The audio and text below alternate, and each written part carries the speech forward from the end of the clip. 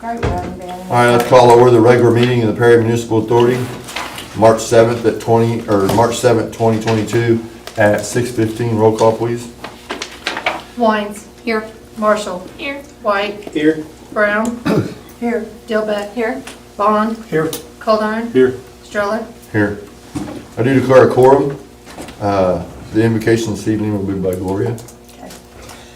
Father, we just thank you for this day that you've given us. We thank you for the sunshine. We thank you, Lord, that in the midst of everything that's going on in the world and the things that are happening in Ukraine, that we can know our confidence and faith is in you. We thank you for the peace that you give us in our hearts. And we just thank you that we can gather here tonight to do business. We have the freedom to do that, and we just ask that you give us wisdom on the things that we have to decide tonight, that all our decisions will be for the good of the people. We ask these things in Jesus' name. Amen. Amen. Thank you, Gloria. Item number 1 is the consent agenda. There's one item we received the minutes from the last meeting. Motion to approve. Second. Roll call, please. Wines. Yes. Marshall. Yes. White. Yes. Brown. Yes. Dilbeck. Yes. Bond. Yes. Coldarn. Yes. Stroller. Yes. Item 4, comments from those assembled pertaining to the items on the PMA agenda. Means we don't have any assembly. I see here none.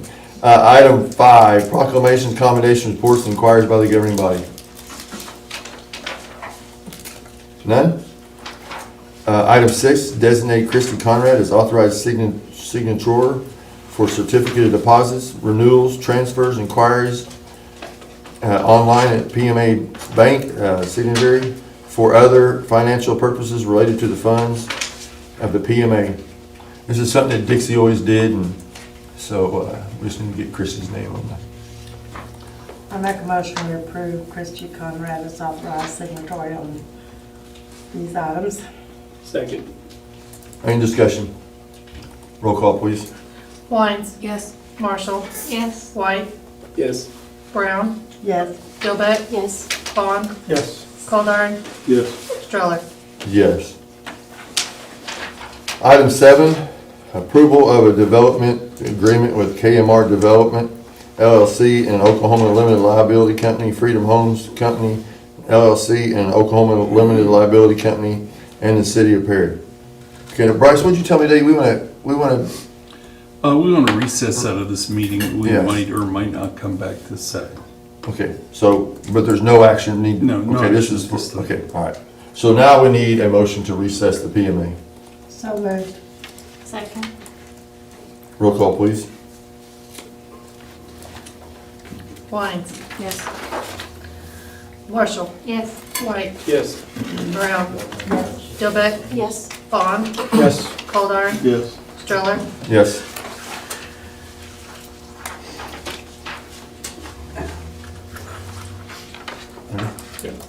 I'd like to call over the regular meeting of the City Council of the City of Perry on March 7th, 2022, 6:18. Roll call, please. Wines. Here. Marshall. White. Here. Brown. Here. Dilbeck. Here. Bond. Here. Coldarn. Here. Stroller. Here. Thank you.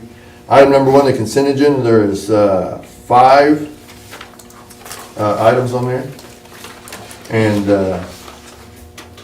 I do want to acknowledge the chief police. I guess he did a bang-up job on some annual report. I heard words about you, man. Oh, yeah. It's in the community. That's right. No, I guess it's a pretty extensive report, and you did a good job.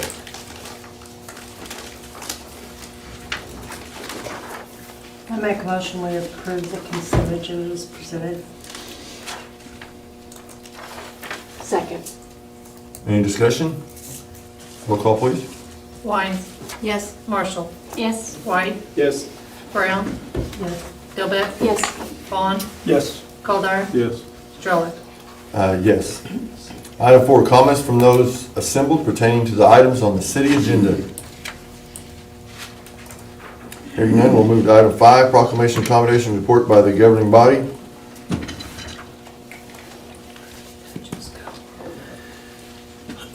Hearing none, we will move to item 6, city manager's remarks. Chief, you have a presentation for us tonight? Well, what Bill piggybacked off of, we met with Larry towards the first of the year, and he requested that we do a year in review and kind of do it in a format where anybody walks in the public or picks up one of our books. It just kind of, we kept it pretty, officers were kind of camera shy. They didn't really want to have their pictures and stuff, so fortunately we have all their pictures when they get sworn in, so it's just detailed as far as gives our year in review stats from last year. How old is this picture of you? That was actually a year ago. Okay. I was wanting to do my 2009 picture, and I got told no on that, so Yeah. I hadn't changed much, but it doesn't matter. But yeah, so first of all, I want to give a shout out to Ditch Witch. Whenever we got this done, we wanted to make it really like a book. I didn't know where to go, Stillwater somewhere, but we have a local print shop here in town, and we got them made through Ditch Witch, and we really appreciate their generosity in helping us put this together as far as sending the link, and they said we'll take care of it from there, and they made nice little books, and so we were really pleased, and I want to thank them a bunch on that. So is that all you really wanted on that? So enjoy. All right, thank you. Thank you.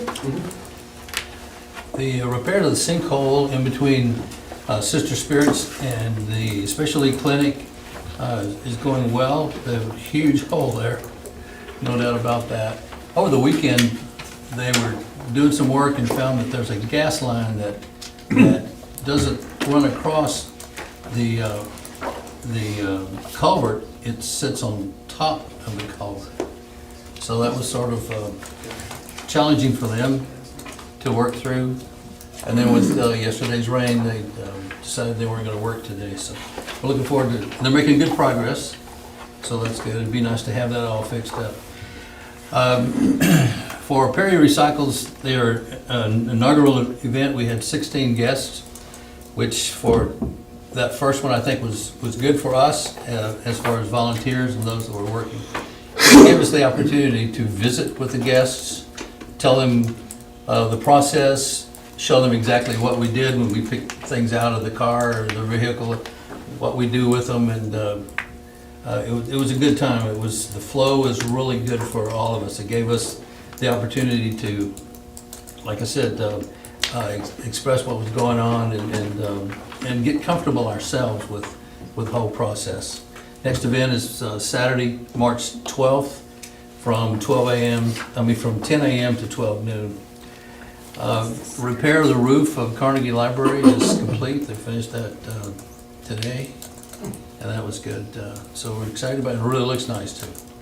Any questions? Sir? No questions?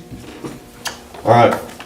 Item 7, consider nomination and appointment for Ward 1, Post 1 councilperson. All right, we have till April, what'd you say, Bryce, 15th, April something? 17th. So in the next month, we ought to, every month, we ought to try to beat the bushes to see if we can't find somebody. 'Cause, it's evident that the election process wasn't gonna work either. And Christie has, City Hall, I should say, has maps of those wards, and if y'all want to see that. That probably be good at the subject. What was it? Act Data Scout. Data Scout. You can go in there and see everybody's homes and click on the houses and See who owns. see who owns them, see what we can do there. Who bought your place? Nobody yet. Nobody yet? It'd be a requirement. We haven't put it up yet. Okay. All right, item 8, consider approval of an interlocal government agreement with electrical plan review and services for the OMPA. We don't have this information back yet, so there's no action that can be taken on this. We haven't got the agreements and contracts and things back yet. So I would like to just table this, if we get a motion just to table item 8. Motion to table item 8. Second. Roll call, please. Wines. Yes. Marshall. Yes. White. Yes. Brown. Yes. Dilbeck. Yes. Vaughn. Yes. Goldar. Yes. Stroller. Yes. Item 9, approve advertisement for bid, approve specifications and set a date for receipt of sealed bids for a type 1 ambulance, including a module. So, last meeting, there was, some of you guys weren't here, we accepted a grant from the Malzahn Foundation, and one of those was to purchase a new ambulance. And this is the advertisement of a bid for that ambulance. I'll make a motion we approve the advertisement for bid for an ambulance. Second. Any discussion? Roll call, please. Wines. Yes. Marshall. Yes. White. Yes. Brown. Yes. Dilbeck. Yes. Vaughn. Yes. Goldar. Yes. Stroller. Yes, thank you. Item 10, consider approval of ordinance number 2022-06 of the City Council of the City of Perry, Oklahoma, amending Chapter 5, Section 5-102 of the Perry Municipal Code 2022 entitled Additions and Changes to International Building Code, subsection A 109.4, providing for a $300 fee for commencement work before permit issuance, and amending Chapter 5, Section 5-109 of the Perry Municipal Code 2022 entitled International Property Maintenance Code adopted, providing for adoption of a 2018 edition, providing for a Peeler Savings Codification severability, and declaring emergency. Can I come up here, sir? I guess. Okay. I was just standing up. I just wanted to wait for you until you were invited. But. Okay. Well, you had that inviting look on your Oh, face. okay. Go ahead, sir. Evening, Try to cut council. this meeting short. Well, the second part of this is pretty easy. It's just part that we missed whenever we did the 2018 update. So that's the International Property Maintenance Code, which kind of goes hand in hand with the residential code. The first part, so most communities have some sort of penalty if you start work without a permit. That's really what this is in a nutshell. Up to this point, we've never really had that. We've adopted it, and in every one of the books, it's like, you can institute this fee on top of your permit fees, and here's the whole purpose behind it. We've got a lot of building going on in Perry right now. First, probably the most we've had in quite some time. I just realized I always look at you whenever I'm talking. I don't know what it is, but yeah. So, in short, basically what this does is, we would give everybody a warning. Everybody gets one. That's kind of the rule that I live by. After that, contractors that know the rules. Any town you practice in, they know first thing you're supposed to do is pull a permit before you start work. They would be subject to a fine, possibly of $300 on top of their permit fees. That pin drop, that's exactly what we want to accomplish right there, because it should be kind of heart-wrenching when they hear that. Like I said, everybody gets one. We're not going to come out and be heavy-handed on anyone. However, if we were to write a citation, take somebody to court, well, this is exactly what they would pay, plus court costs, plus all this other stuff. This right there was supposed to kind of, okay, wait a minute, can I please, get them trying to play by the rules, be honest. Well, I don't know why I'm nervous even sitting here saying this to you guys like it's my fine. Any questions? How do we come to $300? So it says there's really not a common number. It just says a fee to be instituted by the building official. Because we put such a high number, Bryce said that's going on the agenda and you're taking it to the council. Okay. The idea behind that high number is that, if a contractor comes in and say, some cities do double or triple fees.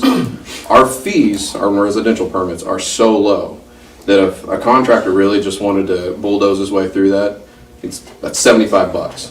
Okay, there's your $75. I'm going to keep on doing what I want to do. And we may go through this 4 or 5 more times. It's possible. The idea behind that is that it's supposed to be a heavy of enough penalty that when you affect their wallet, they all of a sudden want to, okay, hey, we'll get our permits, please, can you waive this one and not go down that road? That's the idea behind that number.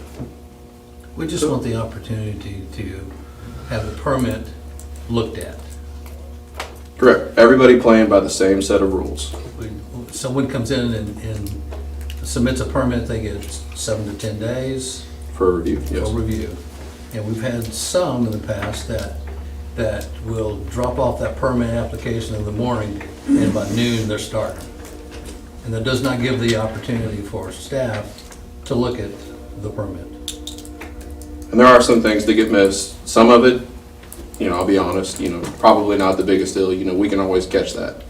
But we've had contractors go out and start tearing a house down with live gas still hooked up. That's a big deal. We've got, I started the sentence by saying we've got more building going on. I'm just gonna look at you now. We've got, more building than we've had in a while. We had a contractor recently that they laid concrete, put their plumbing in, and then called me. We don't have a plumbing permit. What are you gonna do if I find a leak or if something goes wrong? Well, you know who they're gonna blame on that and expect the city to kind of cave. And it's like, well, if you played by the rules, then we wouldn't be here now. And this wasn't their first house to build. No, they did 3 in a row. So, I get that the contractors coming should know that they need a permit. What about just the homeowner? Sure, and that's where everyone gets one. Well, I get that, but Go ahead. There's There's a different- second part that we haven't been looking at. Not as far as the way you have Oh, it okay. worded, but when you talk about individuals, like for instance, I know some people that had to have a water heater replaced, and a water heater was like a couple $100, but then when they found out what it was gonna cost to bring everything to code, it was about $3,000 because they had to use a licensed plumber. And when people have to pay that kind of money, they're gonna do it themselves. Sure. And when there's no way to regulate that, what are we supposed to do? We're supposed to allow them to have to spend that much to get that done, even though their house, when they bought it, was like that in the first place? Well, okay, so this right here, this is to keep. Let's Sorry. talk about Go water ahead. heaters. Because, that, if you want to talk about a dangerous, something that could be a danger if done wrong, that could be. Pipes, plumbing, a lot of that stuff, so you got leaks. Nobody's gonna drown, unless it gets up over the bed and you're a deep sleeper. But, the Star School was the incident in Oklahoma, 30 years ago, where children died, and that's when they got serious about heaters, because they can explode if they're not properly vented. But, with respect to this, we could always start with a lower fee, okay, and then see how that works, and then see if there aren't some different qualifications, for a building failure to get a permit, it would be a higher fee. For failure to get a plumbing permit, it would be a lower fee. Because we haven't fee or done penalty. a penalty. Well, this is a fee. It's not a Well, I penalty. get it, but it is a penalty. Right. Well, it is a penalty. Yeah, but we call it a fee. And then perhaps we could do that. We have folks that just just don't get permits, just kind of ignore it, and it's time to at least. So, my struggle wasn't with the dollar value. Okay. My struggle is something that I think others have brought up over the years is understanding and recognition, if you will, whether it was pamphlets in City Hall or whatever, things so that a homeowner knows that if they're going to build a fence, like for example that's coming up later, they know they need assuming that this passes, they know they need to file. I don't know everything that I need to go pull a permit on, and I'd hate to just ask. I know you said you get one time or whatever, but if it's not the same thing, and then I go do the next one, how do I know that I'm not gonna get a $300? And again, the dollar's not the, I get what we're trying to do. I'm just struggling with how Well, we could how have we a feed brochure, people. or we could put something on our website. I would like to see this Which more, explains that. I think that's a good idea. I'd like to see this more directed towards our contractors, I get it, that's fine. yeah, than individuals.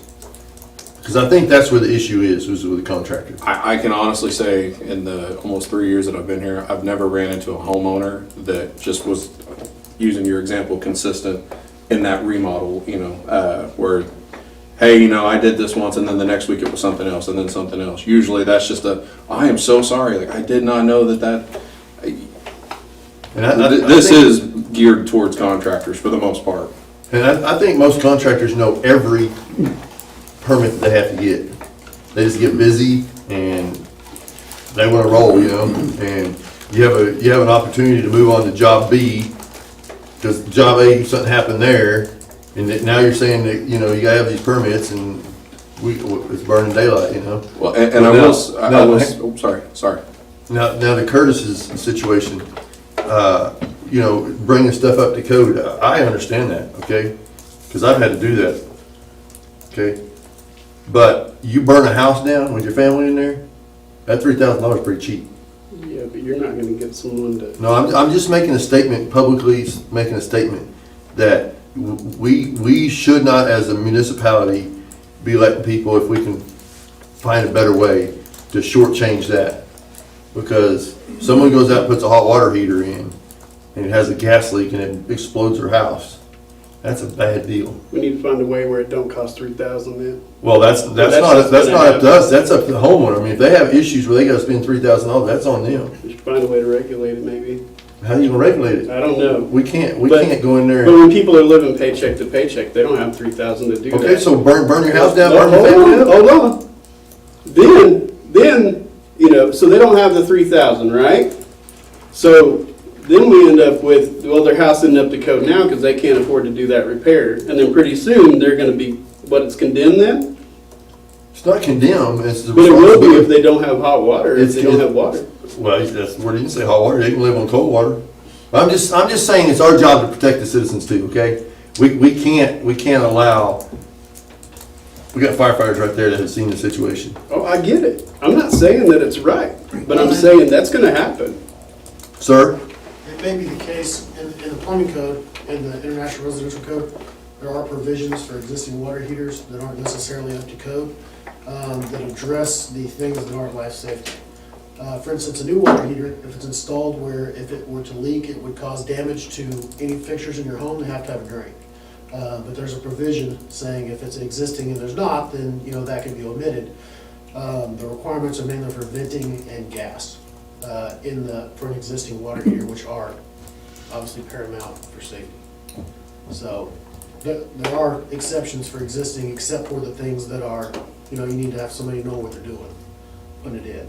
And it could be possibly that the plumber whom they contacted maybe didn't necessarily know the exceptions. You know what I mean, they just say, well, this is what you need for a new water heater, not necessarily the exceptions in the code for that. So it may have been a case of misinformation. Or it may have, they may have been so far out of code with the gas lines and that I don't know. But that is something to be aware of. Thank you. If we substituted the words for person in that section and said any licensed contractor or building contractor, I guess a residential building contractor is licensed by the state. Correct. But I suppose commercials aren't, right? If Probably Derek's better gonna to say hire, licensed contractor. Probably better just to say licensed contractor. Licensed contractors? so if I come in and wanna build Derek a house, do I have to be a licensed contractor? No. No. So you have to be, according to state statute, if you're gonna do work on a residential structure, you have to be registered with the CIB. municipality.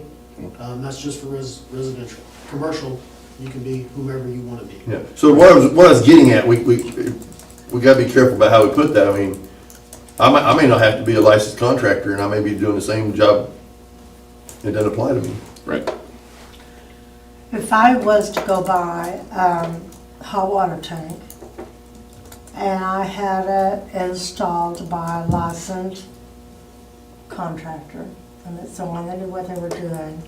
I remember one time I did that while I was on the council, and then they wanted another fee to be added on that for someone from the city to come. And 2 people came, and they wanted to charge you again. And I remember them talking, because Brian Ahern brought it up, and he said, if we have a licensed person come in and install that, then we shouldn't have to have somebody else licensed to come to see if the licensed person's done it right. Yeah, I've always kind of had a problem with that too. And, I and we respect it. agreed then not to do that. But the one that you would put this fee on would be the licensed contractor that came to install it, not the homeowner, right? Correct. Because the person that come to install it should know that they have to get a permit. Correct. So it's not the homeowner, it's the licensed person that came to install it. That happened to us once, and they had a tag on it. Like, you know, they locked it out or whatever, tagged it out. So we had to get a new one, and then we had the licensed plumber put it in. And I thought they just had to sign that and turn that back in. Just to take a picture of it, send it in, right? That's what Right, I'm saying. yeah. So, here's where that came from. ONG will not restore gas service if it's been interrupted unless the city, they call green tag. We have to send an email to clear, and a city inspector has to clear that line. And, I mean, we wouldn't feel right about clearing something that we didn't go out and verify that was, good and operable at that time. I don't know where that originated from with ONG. I know smaller municipalities, obviously out in the county, who goes and looks at that? Probably just ONG. They clear it in the middle of the night and move on, or before the end of the workday. However, being that, we are here and that's the rules that the city's adopted, we do have to go out and look at those things. And on the back end of going out and looking at a licensed plumber, I've seen people with licenses do some pretty shoddy work. I mean, Matt would probably agree with that. And that's really what we're checking for is life safety and workmanship. And, as we're talking about, the homeowner that's left, kind of in the hardship if this were to, hit them, which we're not, they also have suffered at the hands of bad workmanship, because what are they going to do but have to play that contractor to come back out and do it again, versus where the city, we would step in and say, no, this failed, get back out here and fix it. Probably went too far on that one. So when you do that, does the city charge the homeowner for coming to check what the licensed person did? We charge whoever pulled the permit, and on stuff like that, we release the permit to the contractor. So the line item doesn't say necessarily for coming and checking it, the line item is for a permit. The money that is paid is for. Which ultimately is passed on to the homeowners, Yes. Right. because all expenses are going to be paid. And I think that, correct me if I'm wrong, but really, so as far as having to get the things up to code and whatnot, that part is all International Builders Code. The permit part is something that we actually implemented ourselves, right? I'm sorry, what? None of the bring it up to code is necessarily because we just adhere to the International Builders Code. Correct. All that is in the International Builders Code. Correct. The fact that you have to get a permit and have it checked is something that we implemented, and that is not a part of the International Builders Code. No, that's incorrect. That's also in there. The only thing that we establish is the fee amount that goes with that. Okay. And it is important, and I'll just say it now because we're on camera, so hopefully more people hear me than just us here tonight. It is extremely important that you pull permits, because I answer this more often than I care to. Let's just say there was a structure fire at your house because you've improperly installed a hot water tank. One of the steps that your insurance, I'm not gonna say it's the first, but one of the primary steps they take is they call the city. What code violations exist, what permits have been pulled, and what inspections have been performed on this property. And Whether it's these guys or somebody else that goes out and finds out that it happened from, you know, a hot water tank being improperly installed, if we didn't come out and check that, that's all back on that homeowner. So really, did you save anything? No, okay. Again, let's say I just go out and hire somebody to do it. And I don't realize you didn't come out. Well, that also is on the contractor. See, like, all of, you know, everything that we've. He can't turn services back on. Correct, correct. And the contractors are supposed to know that process. Whether they do it or not is a whole nother thing, but they are supposed to know that process because they're supposed to know the code at least as good, if not better than we do. Contractor knows how to turn the service back on too, but Contractor is not, they're not allowed to do that, and I think that's the Corporation Commission. You have to actually be one of the utility companies that does it. I know, I'm just saying, they're in most cases the one that's turning it off, so. yeah, except in gas. They're not supposed to open those up at all. I will tell you that. I used to work for LNG. I know that. Open what up? The meter. You don't open the meter to turn it off? Inlet or outlet, yeah, you have to. Well, when they blind seal it, so you shut off the stop, but they open that, they break that spud open, they'll put a little silver disc in there that stops you from going out there. Well, he's talking about just going out, if you have a gas leak at your house, I'm gonna turn my meter off. I'll just tell you now, okay? Sure. So. that's Right, what but he's as soon as you talking call about. the gas company to come out there and check, that's what they do, is they break that meter open, they put a blind disc in there before they even touch anything else, because they have to isolate that. They didn't, gas never came out the last time, and I did have a contractor that had a permit. Good Lord. And gas company never came out. So did they But disconnect? we Well, did have a permit, we did have, I mean, pictures, and somebody came out and took pictures from the city and everything else. and inspected it? Yeah, I'd be interested to know a little bit more about that. never had a gas. I mean, this was 5 or 10 years ago. Absolutely. Do other cities and towns have It this? was after him, I think. Most cities and towns have some form of it. And it really is up to you what dollar amount or how you want to get to a penalty amount. Some cities just double the permit fee, some triple, some put a specific dollar amount. That's totally up to you guys what fee amount you want to put. The reason that, like I said, that we suggested that amount, well, number one, is it's if we took them to court and wrote a citation, this is what the citation amount would be minus court fees and everything to go with that. And then, you know, if our aim is to be one of the, you know, friendliest places to build in Oklahoma, well, what's that going to look like if we're writing contractor citations and then making them lose a day of work and go to court? And then, yeah, it can be ugly. I've seen it done, especially when they don't show up because the judge is still upset because you didn't show up for court. But you have to make the fine worthy of them going and getting the permit. You can't say $50. So we got people in this town that said, you know, I'll just go to work and I'll pay them $50, you know? Again, my issue wasn't the dollar amount. No, I agree. I just think there's a fine line between contractors and homeowners doing things and. Man, y'all are full of good questions, I gotta tell you that. Luckily enough, I drank a Monster before I got here. Why every time you come to that podium it ends up like this? I got all the good ideas.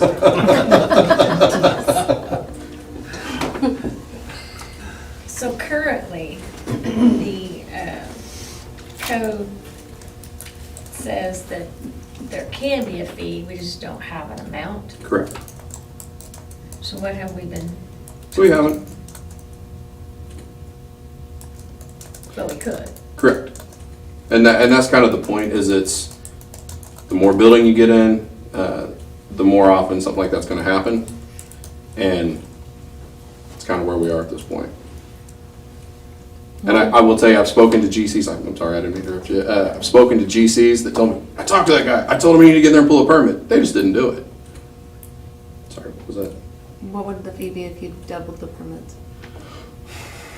I mean, it would be ever changing, but I think like 50 roughly.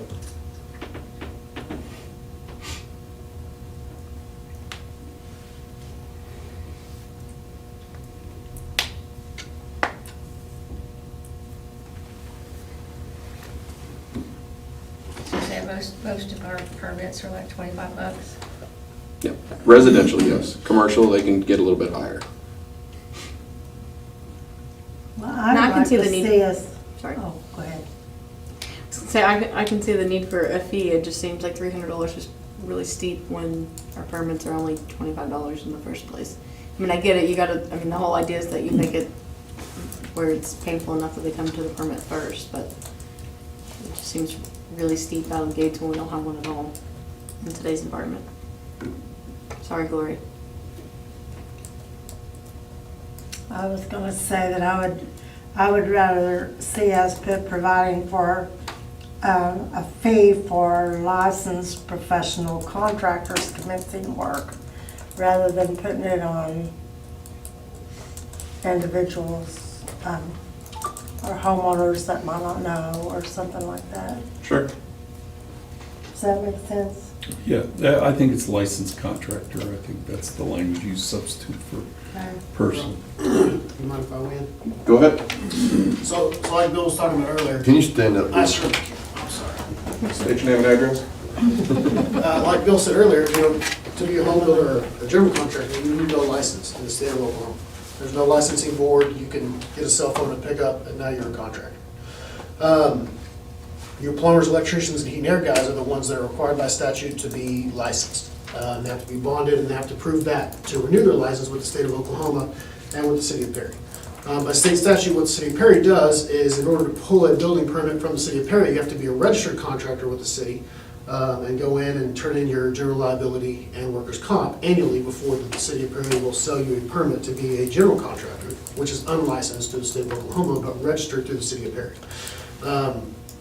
So I think if you make the language a licensed contractor, you have to think, a licensed plumber doesn't pull a permit to fix your sewer line. And Brian catches him and says, hey, you need to pull a permit. The dollar amount imposed upon the homeowner will be minimal because the plumber will go post permit and he'll put a sewer line in. But you have a general contractor that's adding onto your house and you know nothing about city ordinances or construction, and he says, we're gonna add onto your house, it's gonna cost you $20,000. And you say, okay, go for it, right? And he starts the construction process, and then Brian catches him and says, you can't do this because your setbacks aren't right. You can't do this because the footings aren't right, or your footings already poured, and there's no way to inspect them. All of these things, and now the homeowner is stuck with this half-done project that they may or may not have paid the contractor for, and that's when things get really expensive for the homeowner. So I think the intent is to your plumbers and electricians are not necessarily the ones that are not getting permits, because they have meat in the game, because they've got a state license that he can call down to the construction industry board and say, hey, pull this guy's license. Me, as a general contractor, there's no ramifications as of, I come to your house, I charge you 10 grand up front, I pour your footings, he shows up and says your setbacks aren't right, and I say, oh, I got your 10, see ya. So if you put in a license, I think that you're not necessarily offering any protection for your citizens from us corporate contractors. So what wording would you recommend, understanding where we're trying to go? I would say, just like it is, $300, If you're a homeowner? whomever. And like he said, homeowners are a little different. Because homeowners, unless you're in the construction industry, you don't necessarily know all of the rules. And you're not necessarily expected to know all of the rules. If you do this as a professional, then you would expect that they know the rules and do the research. So, it's up to his discretion. But that's not what the rules say. I do understand it's not what the rules say. And if Brian doesn't like me, If Brian doesn't like you, you're getting a $300 ticket. Exactly. If Brian Thomas doesn't like you and he pulls you over for going 3 miles an hour over the speed limit, you're getting a I know those rules $250 ticket. because they're posted on the road. Well, that is true. That is true. Well, I had a discussion with Brian about that we have to be very careful. It has to be across the board, okay?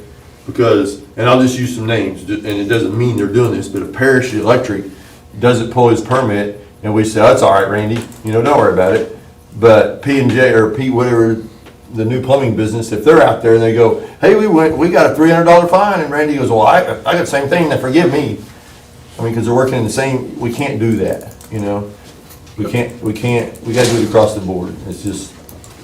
Well, you can do this one of two ways. I mean, I recognize that, unless you say any person and then at the end of it, put provided, however, this shall not apply to any homeowner or the homeowner or lessee of a property. But, you know, you would get about everyone if you said, any contractor who is licensed by the state or registered with the city or should be so licensed or registered who commences any work. I mean, that's probably knocking out 95%, is it not? Well, the problem is commercial contractors aren't required to be registered with the city to get a permit. So any work that's done on a downtown square by a contractor, the city won't require registration because only in state statute is you have to be registered Right. residential. So that wouldn't alleviate any of your. Well, that's where I was originally talking about building contractor. I mean, I originally had said any licensed or building contractor, trying to pick up that, Sure. you know, the building contractor. So you could say that and not get the people. You could say any contractor who is licensed with the state or registered with the city or should be so licensed or registered, and any building contractor who commences any work. So as a commercial contractor, they don't have to be licensed through the state? They don't have to be licensed through anybody? No. Nope.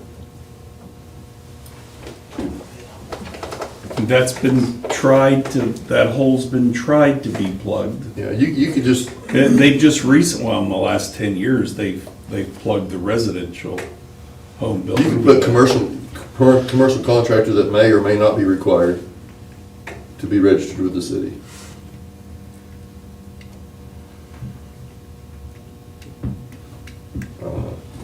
Yeah, the only issue with that language is the more that we narrowly define it, we're gonna miss things.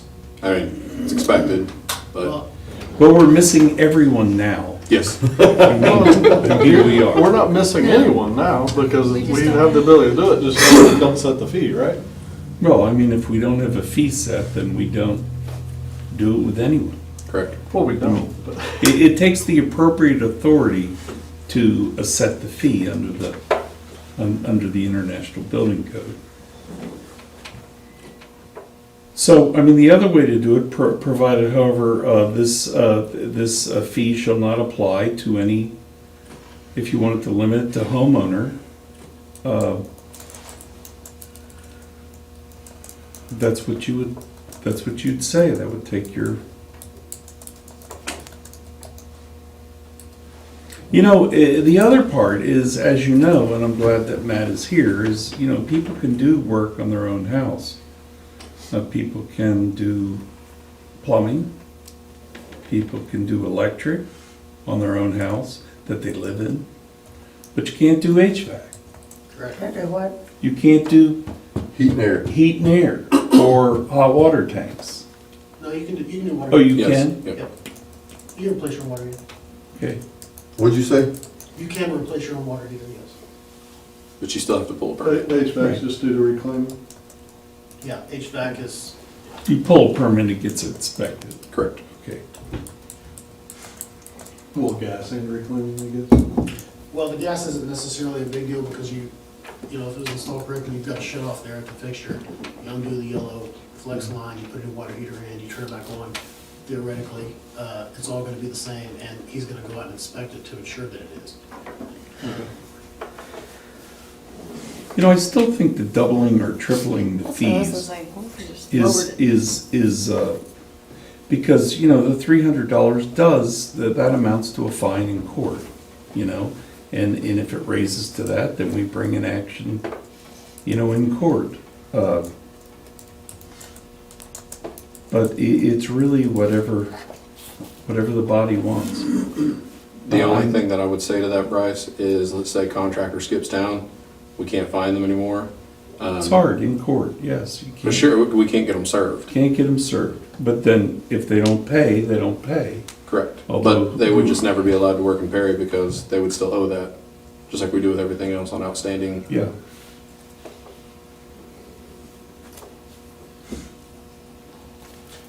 The one thing I would say about limiting it to contractors, back whenever I was doing the building inspection, is the house flipper guys. They're not necessarily contractors. They buy a home to renovate it, they don't get a permit, they're not necessarily professional contractors. Your house, you know, your rental property, people in your flippers. Now, that does fit to what he was saying though earlier, that if you don't live in it, it's a different requirement, right? Yeah, Except for a building permit. except for building.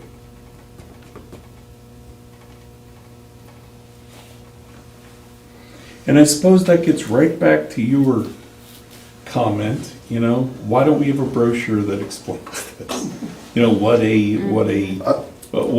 resident can do, what they can't do, what they can do within their own, what they can do with a permit, you know, Even the and steps. then listing the important stuff, hot water heaters, Yeah. heat and air and all that, that would all be good. Is there a I'm not- section on our website that explains all that? No. No. I think that would be a huge benefit to our website. Permits and fees or something. All with the intent of making things easier. I mean, because we want these things to happen, and nobody that's working on a home is doing it to make it not safe or, you know, but On our permit application, we do have the fees. Boy, that website's gonna get real big if we start listing everything you can do, versus whenever you get to the books, it has exemptions, things that don't require a permit. I feel like that would be a little bit more concise if you guys are okay with that.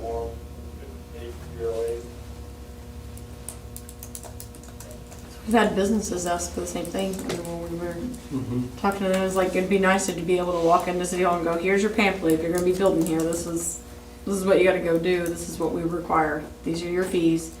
This is how many days we require that you get it ahead of time. We do have some for commercial, do we not? We do. Okay. Would you like us to do that and bring that back with this, with that? Well, I believe that most, I'm trying to figure out the terminology. I don't know if I want to say general contractors or most contractors. Most contractors know the game regardless of what town they're in. So I don't want them to come in here and say, oh, I didn't know. They know. So I think that I'm not scared of leveling fines on the general contractors. It's not fair to the general public that just don't know. And we're not gonna find that many of them. I mean, as a whole. Well, the idea behind that is it's a tool in the toolbox. Hopefully, we never have to use it. Yeah, I think it's a great tool, just so they know that there's a possibility that we could get a heck of a fine for this, you know?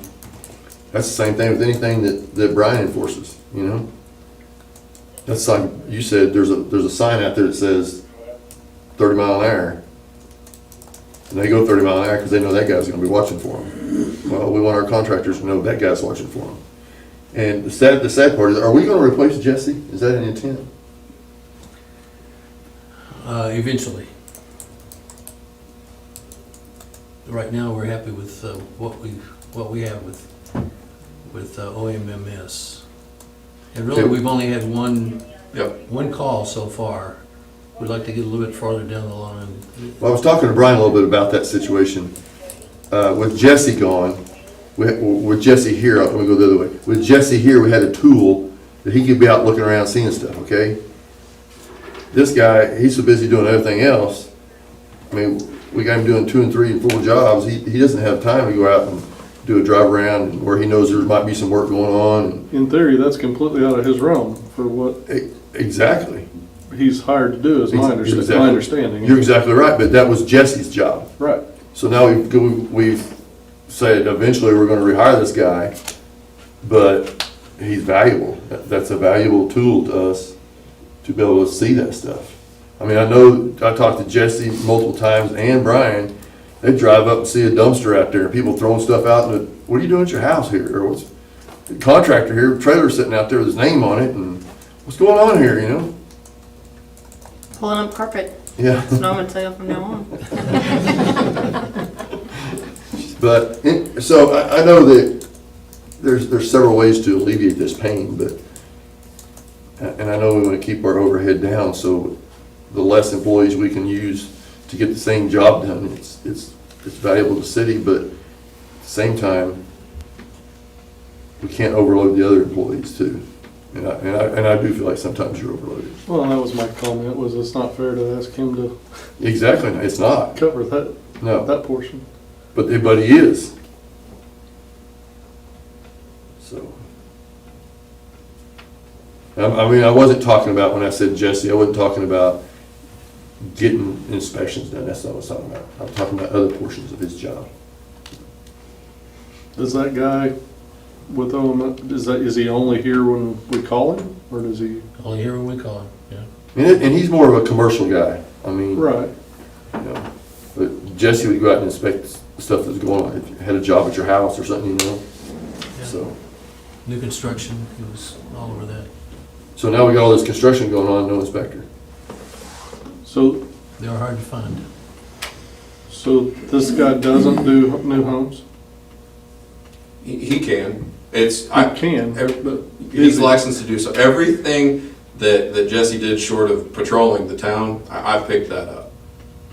So it's getting done. It's just, I mean, it's like you said, one guy, Yeah. kind of spread thin. which isn't really, I mean, if I'm wrong, that's not really what you was on the application when you applied, right? Nope. Okay.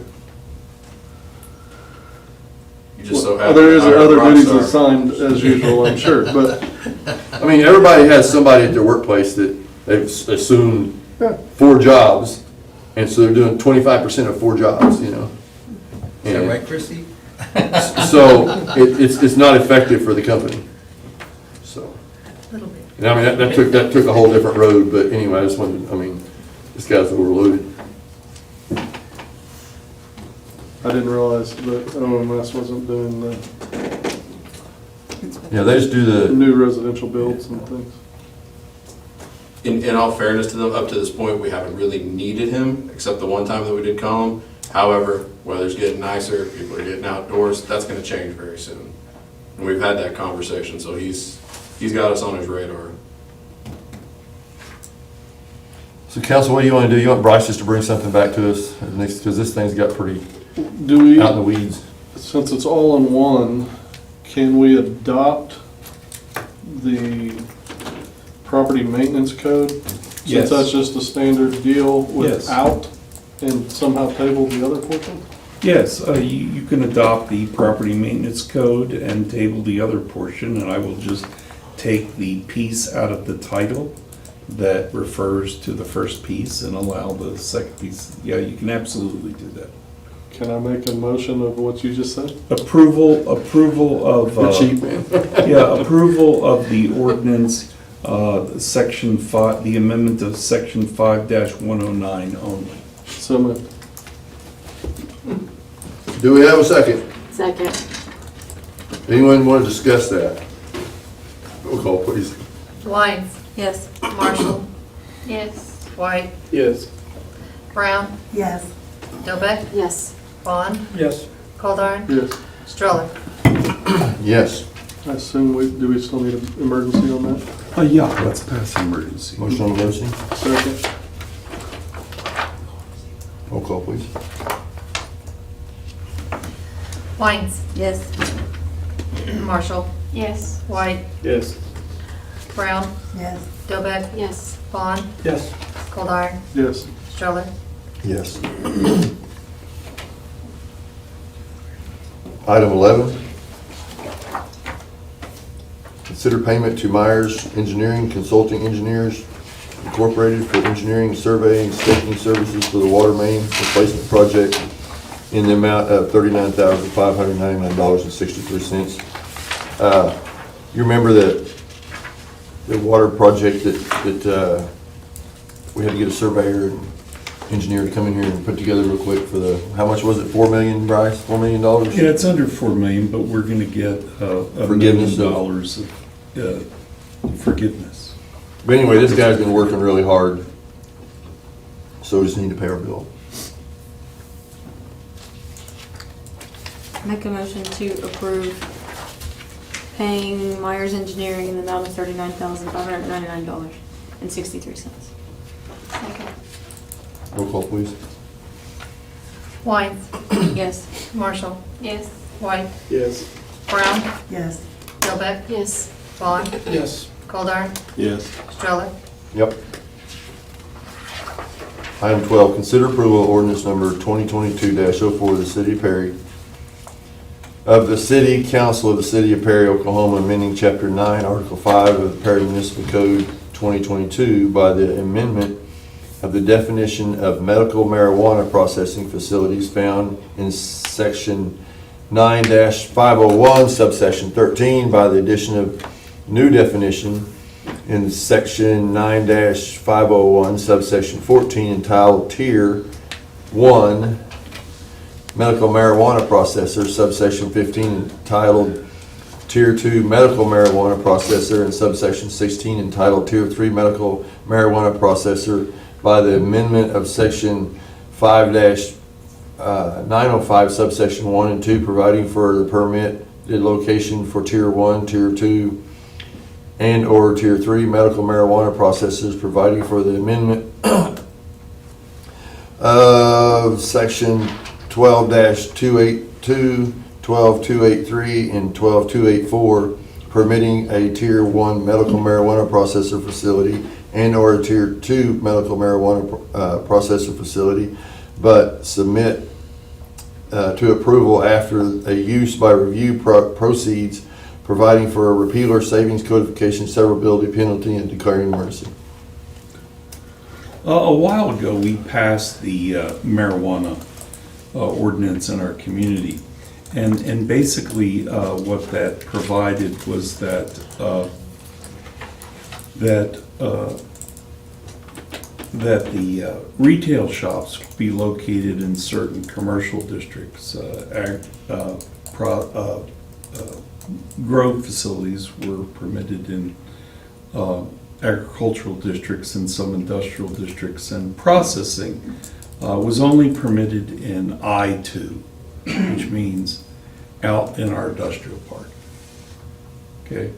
And the reason we said that is, quite frankly, we've gotten the advice from Colorado, who had gone through this all before us, that processing, they use harsh chemicals and flammable chemicals, and they told us horror stories of refrigerators blowing up and systems blowing up, and you better keep that to your industrial sections of town. However, you know, we were early in that, and we didn't really consider what processing meant. Because that does mean processing, but processing also is taking some components of marijuana THC and making something else of them. So what we've done is we've redefined the processing ordinance for we've provided for 3 tiers. Tier 1 is rolling doobies. I mean, that's what it is. It's rolling. It's manufacturing the entity, the thing that you would smoke or take, and that's as simple as taking the product, the bud, and some zigzags or whatever you have, and putting them together and putting them in test tubes or in pill things and selling them. That's tier 1. You see now, you know, that doesn't really cause any real harm to which that use has to be assigned out to the I-2, because there's no chance of explosive or any harmful chemicals or anything in that tier 1 process. And then there's tier 2, and that is nothing different than Rise and Pies. Although Rise and Pies isn't here anymore, it's Rise and Pies using THC. But instead of baking, well, you're still baking. You could be baking brownies or baking cookies, or maybe taking THC that comes to you and you put it into gummy worms or gummy bears. That's tier 2. Now tier 3 is tier 1, tier 2, and tier 3. All that harmful stuff that we've been talking about. And anything that's not tier 1, tier 2, and is labeled as a medical marijuana processing facility has to be located in I2. But the thought here is that in those districts where they're able to sell marijuana, if the owner of that shop wants to process some without harsh chemicals and the like, either by baking or rolling or whatever, that this ordinance would allow him to. Now, if they're gonna do that, we'd have to send Matt out there and Brian out there and make sure that they have adequate cooking, facilities, their baking facility. If they use a stovetop, it has to be vented. But that's what this ordinance would do. We have had requests from, that would be from our retailers, correct? Correct. That have wanted us, or wanted to have the opportunity to do this. And this has also been requested in Cherokee and approved, and Blackwell and approved, and Tonkawa and approved. Very, very similar ordinance. That is of the cities that I represent. Doesn't mean that you have to allow it, and you don't have to be for or against marijuana. It's just, it's lawful, and quite frankly, the fact that we didn't provide this at the front was probably because, we didn't recognize that processing could be done without harsh chemicals. I mean, I didn't even consider that rolling joints is processing, but it is, or that making cookies or the like, or brownies is processing, but it is. Now, understand that in those retail shops, we make sales tax. So, I mean, if they're doing this and it adds to their volume, then we will make sales tax on that. The rest of the ordinance just takes those concepts and amends the appropriate sections. Remember that to have a processing facility, or really any of these, it's subject to use by review. There's no right to it immediately. They have to come in, so even in this thing, if they did it, we would have to look at it and receive a use by review petition to permit it. At least that's the way this one is written. Ours is written fairly strongly, where in other communities, once you make that amendment, it's permitted by right, under the section. That's really all that is. The Planning Commission, they looked at this, and I would say that several members of the Planning Commission are opposed to marijuana. Others wanted to, study this, and so their recommendation was they wanted further study on it. And so if you want, you could just table this until further study by the Planning Commission, let them have their day, or if you don't think it's really that big of a deal, you could approve it. But what we do is we give a notice, we give a public hearing, we allow the public to come, no one came, and we let the Planning Commission make a recommendation, and then we bring it to you. But, really whatever you want to do here. So if one of these places decides to do this, they still have to come to us and tell us the details of their process before Yes. we would even approve it. Yes. So,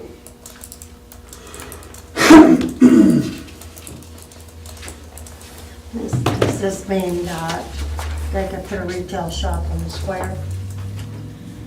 Well, they can, it's within the district right now. They can right now. Yeah, they can right now. I've just heard people say that, but never ends up on the square. Yeah. Why they say that, I don't know. But I know a lot of them have the painting all over the front of it. It's not an attractive thing to look at one of them. And, I thought when this first came out, didn't we limit how many we could have in the city at a time? No, We just talked about that. no, the market did that. We have two, correct? Brian, we have two retail Correct. establishments, yeah. We limited where with that, right? Well, we limited by zone, Yeah. and we Okay. eliminated I thought we by, did something, and we talked about maybe limiting how many we could have in the city, but I guess we set the market dictate that. For the most part, other than that zone, everything we adopted was state. What was legal in state is what we were adopting, right? yes, Other absolutely. than the zone stuff. And what? Yes, but similar the, to- yeah, but the Oklahoma Supreme Court gave us the authority Right. to exercise zoning. See, we didn't know whether they were gonna give us that authority or not. But they did. What they did say is that you can't ban Right. retail shops. They didn't say anything about grows or processing. And some communities have banned grows and processing. But I think I explained at the time, there's real reason that probably isn't a good idea. You'd probably be subject, if somebody wanted to press it, you could lose that. And that's without going into all of it. The marijuana, THC, is in Oklahoma a medically allowed medical treatment that people have a right to use. And it's so foreign to everything I've done my whole career, right up until the time that the public passed it. I mean, because I've probably filed tens of thousands of possession of marijuana cases, in my career, especially in Oklahoma City. I probably personally signed 100,000 warrants for it. Why does the planning committee want more time with this? What's their angst? Brian, would you, The reason that they wanted to take more time to study that, I believe specifically, they wanted to look at the zoning map to see exactly where something like this would fit in, given the current status. or that we- retail is currently permitted, Correct. right? The retail shops now, do they sell pre-rolled cigarettes and gummies and all Sure, that? if they- It's all They imported. already sell it, but it's already made before. It's already they get made it. before they get it. So like on tier one, they could take their plant, dry it, roll it, and not have to buy from somebody else. Well, they can't grow it, in a well, I mean, they retail could shop, buy you the can't grow it, plant. but they could buy the plant, they could buy the papers, they could buy that's how they could do it. They could become manufacturers or processors, yeah. We usually work so well with the planning committee, if they've asked for more time, why wouldn't we just give them more time? And not that we have to go with their recommendation, but if they've asked for more time, it seems like that would be the thing to do, is to give them that time and then decide if that's something we want to go with or not, versus just telling them, no thanks. Yeah, then that motion would be to table this until after the planning commission reconsiders it, and then bring it back again. But I do want you to consider I have to read that again, okay? I know, I'm really sorry about that. Only thing that worries me about this is we've already been told there's a bias. That there's several people that are against it. Well, Well, you still don't would you have to say just- I that, mean- Brian? I think that's fair to say. Yeah, I mean, I think it's fair to It was say. vocalized. It sounds like they just passed it to us, hoping that we would do it. That's pretty much what I'm thinking of, yeah. They don't care to hear it. They didn't want to. They don't want their name stamped on it. They don't want Make a to, they don't want to say, they don't want to be negative and say, they're not going to say yes either. I would say that I'm for it, but the only reason I would say that I'm for it is because for them to even be able to do it, they still have to come to us and tell us what they're doing. Well, I'll And this say is that I a would use go- by review, correct? Yes. I would not Their vote for business. it because I was not for voting for marijuana in Oklahoma in the first place, and I've seen it damage too many lives. And I don't think it's really become a medical thing. I don't think it's been given by doctors Anybody can get a medical card, and so I'm just saying up front, my vote on any of that has to do with marijuana will be no. And it's just, I know it's here, and I know we're making a decision because it is here, but it's just too hard for me. It hurts my heart.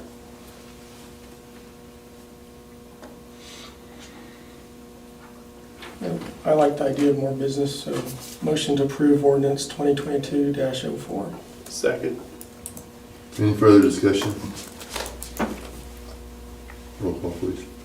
Wines, No. Marshall, Yes. White, Yes. Brown, No. Dilbeck, Yes. Vaughn, Yes. Goldar, No. Stroller. No. Okay, that didn't pass. Does someone want to make another? I mean, I got four yeses, right? Yes. Yeah. Are there any other motions? I'd like to make a motion that we still hear back from the planning committee. Table it until. We can do it, yeah, we can put it in the form of a motion. She, I'd like to. I will second that motion. I was gonna say. Sorry, you have to read all that again. No, you're not. No, I'm not. We're gonna come up with like a 3-line description. Roll call. Wines, Yes. Marshall, Yes. White, Yes. Brown, Yes. Dilbeck, Yes. Vaughn, Yes. Goldar, Yes. Stroller. Yes.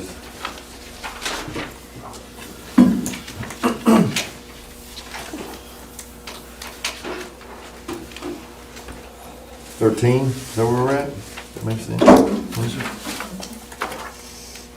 Consider approval of ordinance number 2022-05 of the City Council of the City of Perry, Oklahoma, amending Chapter 12 of the Perry Municipal Code 2022 by the addition of a new Article 7 entitled Fence and Wall Regulations, providing for Section 12-701 entitled Definitions, providing for Section 12-702 entitled Preliminary Requirements, providing for Section 12-703 entitled Setbacks and View Restrictions, providing for Section 12-704 entitled Vacant Lots, providing for Section 12-705 entitled General Standards and Regulations, providing for Section 12-706 entitled Pre-Existing Fences and Walls, providing for Section 12-707 entitled Exemptions, providing for Section 12-708 entitled Violations, providing for the repeal or savings codification, severability, penalty, and declaring an emergency.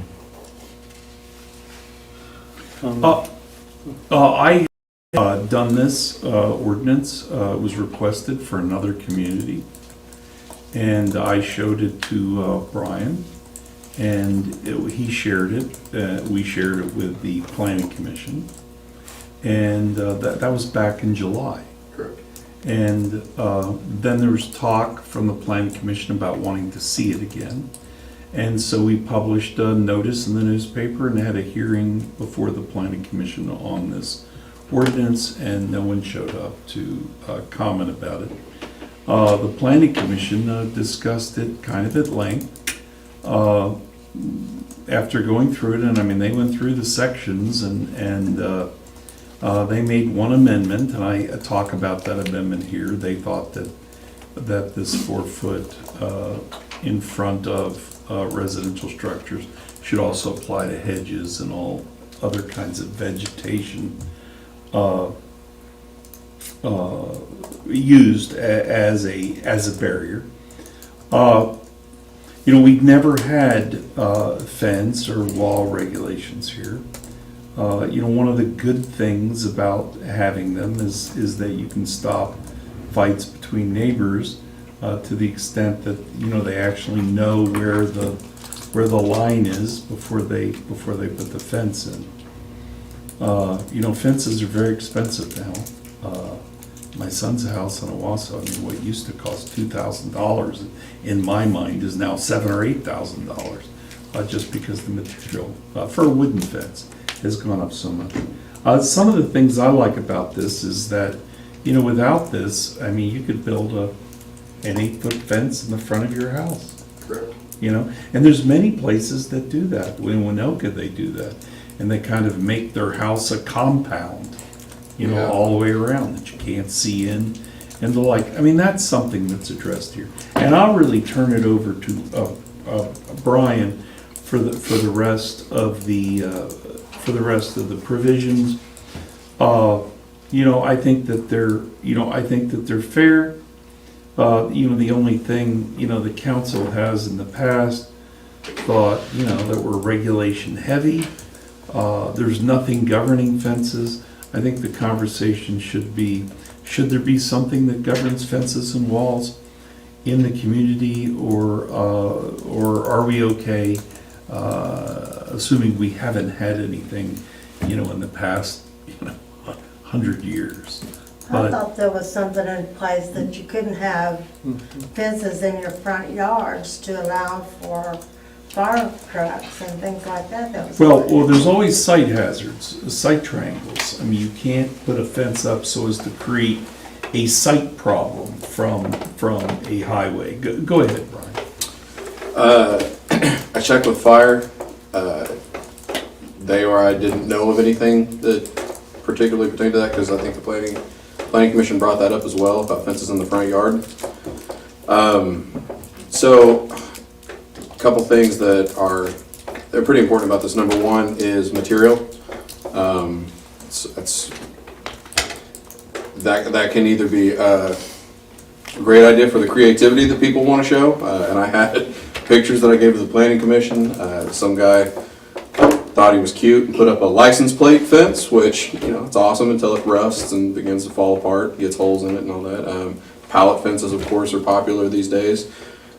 Most people that put up a pallet fence don't treat the wood, and eventually it, you know, starts falling into dilapidation, so you've got that to look forward to.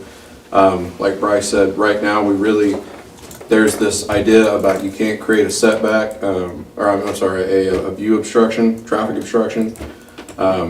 Really hard to police that. Really hard to police that. And then, of course, you know, you got the guy in the big jacked up F-150. So what are you talking about? I can see right over that. And then we've got the little old lady in the Honda Civic that I can't see around this fence. So this would help us police that as well.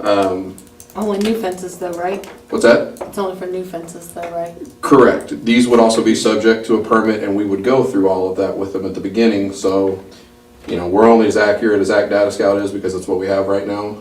These are what we show to be your property lines, and this is where you can put the fence, and then also there would be some explaining as far as setbacks on that as well. Unless your old fence causes a hazard, which I assume would fit in the site triangle issue. Well, in the background, yep, nope, they would not be affected. So everything that's in there right now would actually. Unless it causes Correct, a correct. hazard, which would fit. in I'm the- sorry. Yes, you're right. But that would have been an illegal fence at the time it was put up. Correct. You know, having created a site hazard. Now, I thought, but I do, so clarify this, because I could have swore I've read it too, that you cannot put a fence up in your, even though we have some, in your front yard according to our ordinances today. We don't have that in an ordinance today. I haven't done a find replace on fence and toured the whole code, so I can't say, but I don't know where it would be. I did not get the chance to do that prior to this as well, but like I you, know, I've heard that in the past. I've thought I've read it in there. Now, I'm not saying it is or isn't in there, I just haven't done it. I know that this ordinance does it. So you're saying that people can't have a white picket fence in the front yard? Oh, no, under the ordinance you can. It would- Up to 4 feet, up to 4 feet. That was my understanding, which was actually kind of, that's why that's why I think I read it, is because I was going, well, a lot of people had, you know, that was a common thing, so I didn't understand why we had that in there, but that was a long time ago that I thought I read that, so. I went by a house one day that put up a little picket fence in front, and I thought, well, how did they get by with that? Mhm. Because that was so ingrained in me that you could not have a fence in your front yard. I can think of several. Well, there's a lot of neighborhoods, I mean, I know we want to create that Perry, but there's, in Oklahoma City, I remember my son used to date a girl, their parents there was a sidewalk between the houses, and so their fence got dilapidated, so he's gonna put up a 8-foot privacy fence. Ain't gonna happen. The neighbor, what do you call it, the homeowners association said it can only be like 4 foot tall, because everybody walking on the path wants to see in the yard. But I don't have a problem having a fence in the front yard, but I don't want to cover up the house either, you know. There's one on Ivanhoe that has that. So, I've got several things. Can I answer? Imagine that. Can I answer one before you beat me up again? Sure. The 4-foot fence in the front yard largely is for traffic. If you're backing out of your driveway, you're gonna want to be seen and to see people coming. That's where a lot of towns have adopted something like a maximum height. And I don't think it's in here, but there's even some towns that have like a maximum, what's the term, opaqueness to the fence. So you have to be able to see through. So chain link and white picket would be about your 2 exceptions. Black iron. But we put Never shrubbery in mind. there. 3. We put shrubbery in there, so if you have something taller than 4 foot in your front yard, it'll have to be removed. Maintained to 4-foot height. What Or does it What fit if under the the grandfather? shrubs have been there? At a specific distance away from the street, correct? Or side. Well, Well, yeah, unless that's it like- creates a site hazard. Correct. I mean, all existing fences, walls, barriers, all that effective on if you adopt this. And And shrubs. let me reread that part, make sure we, Make sure that we. it says, pre-existing fences and walls legally Yeah, constructed, we should probably but put not the word. shrubbery. We should probably put the word, because hedges became an issue at the planning commission, we should probably put those words back in. Hedges or other vegetation which act as barriers, yeah. I think that's fair, and we'll stick that in. But is that pre-existing? Yeah, that's what that's going to. That was in the pre-existing Yeah. section. Okay, so, Are you So they saying can still say if that they're a road hazard? you can Yes, still that is have in, a privacy fence in the backyard, like if you had a 6 or 8-foot privacy fence, you can do that, or just, The International Residential Code says that you can have up to a 7-foot fence. Anything over that, they would have to go to the Board of up to Adjustment. 7 foot? Yep. it does say, where was that? Visibility of motorists or pedestrians or constitutes a hazard to the general health, safety, and welfare of the public. So if we added shrubbery, that would Yeah. include that. Yeah. Yeah,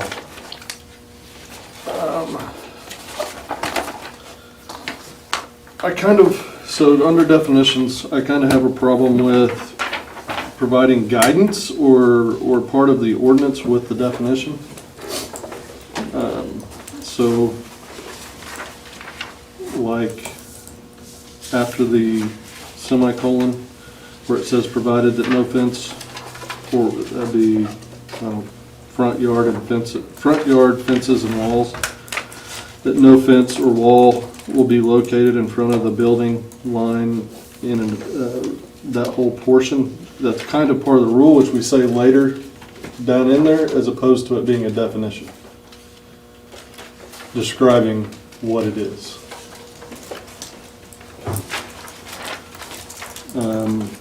Same thing with spike caps or spears shall not be used on pickets. I think that's part of the rules, not part of the definition. Is that fair, Bryce? I think that's fair, yeah.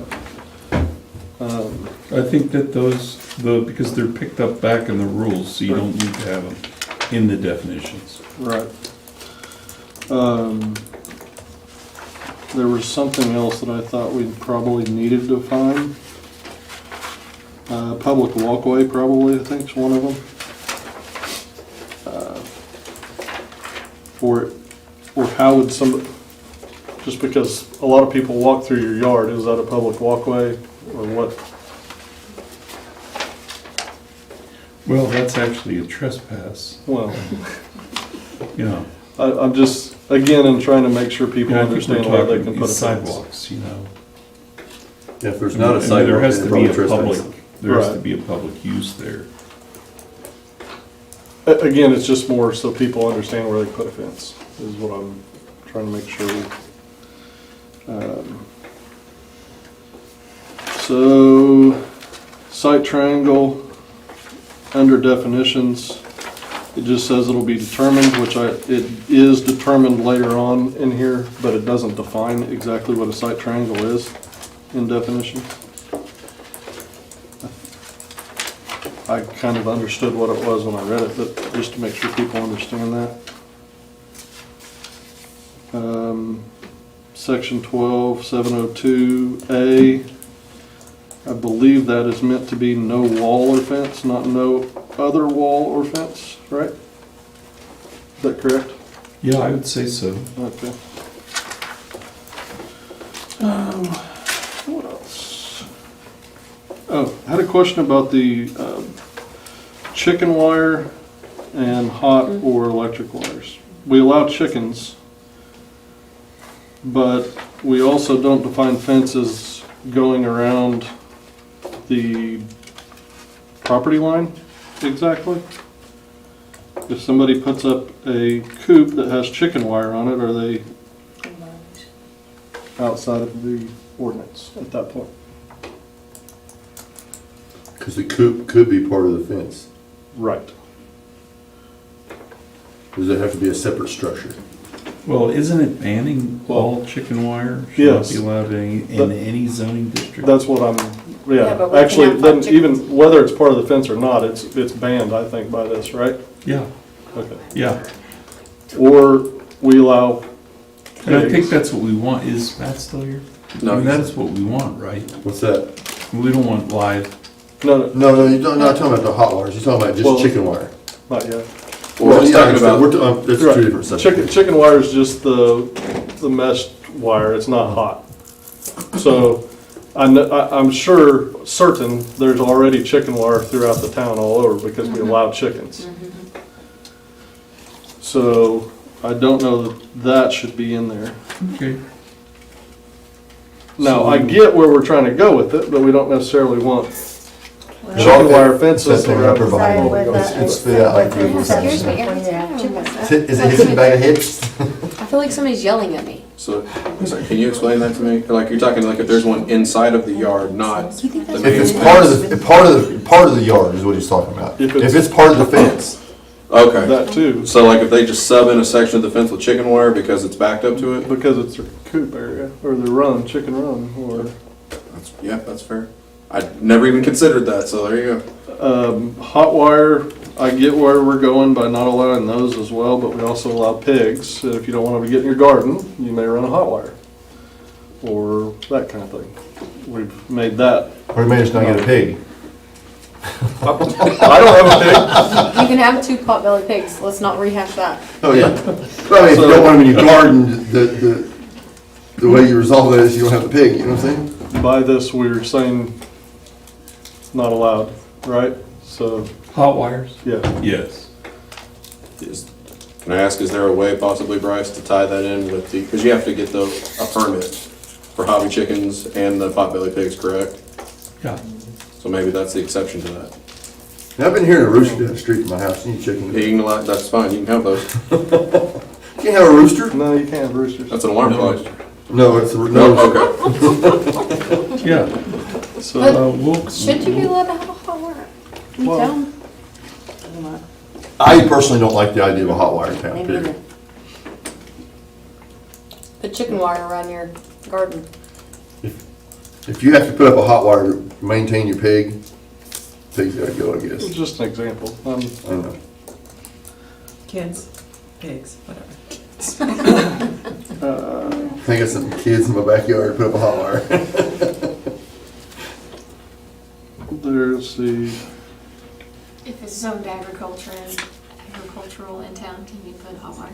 the agriculture is not, that zoning is exempt Yeah. in the ordinance. So yes, you So would be able to in put a my hot wire. house, I could put up a hot wire around my house Correct. in town, because I'm agriculture. Yep. your lot is agriculture there on the corner? It's been that way forever. And what That would used to be a be, pasture up there. what would be the difference of you putting one up versus, somebody next to you? Because Right, it's owned that's what I'm agriculture. saying. A lot of people would get shocked at her house. It's kind of on the Kind of on the premier, way. on a premier corner, I would say. Remember the question you asked about people walking through your yard? Well, and again, that's, that, I mean, yeah, so, I don't remember what that one was about yet. Section 12703, I believe the indentation. A's should be, A and B should be bumped back out.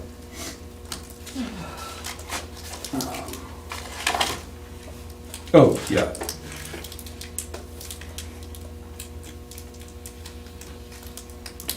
And then I think 12705, I kind of put a note here to look at, just basically because, again, how do you know that you need to pull a permit? Do we have to get a permit for fencing now? No. No. When you put that on the website, just put fencing. Mm-hmm. Section 12706, I A. got the hedges. Huh? I Yeah, got hedges. I got a little bit more. Right. So we are going, with this, we're requiring the permit as well. That's what this is all about. Mhm. Got it. So the city manager, or let's see, not city manager, sorry. City may remove any fence blocking access for other use and will not be liable. What does blocking access mean?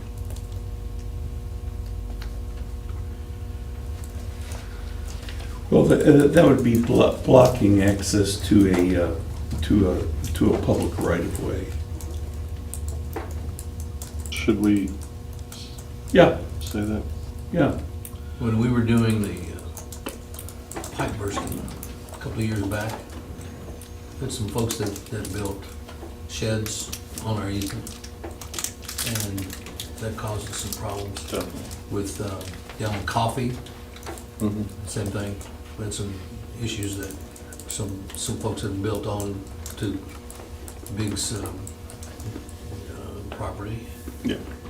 Yeah, I get it. I just wanted to make sure it was understood what blocking access meant.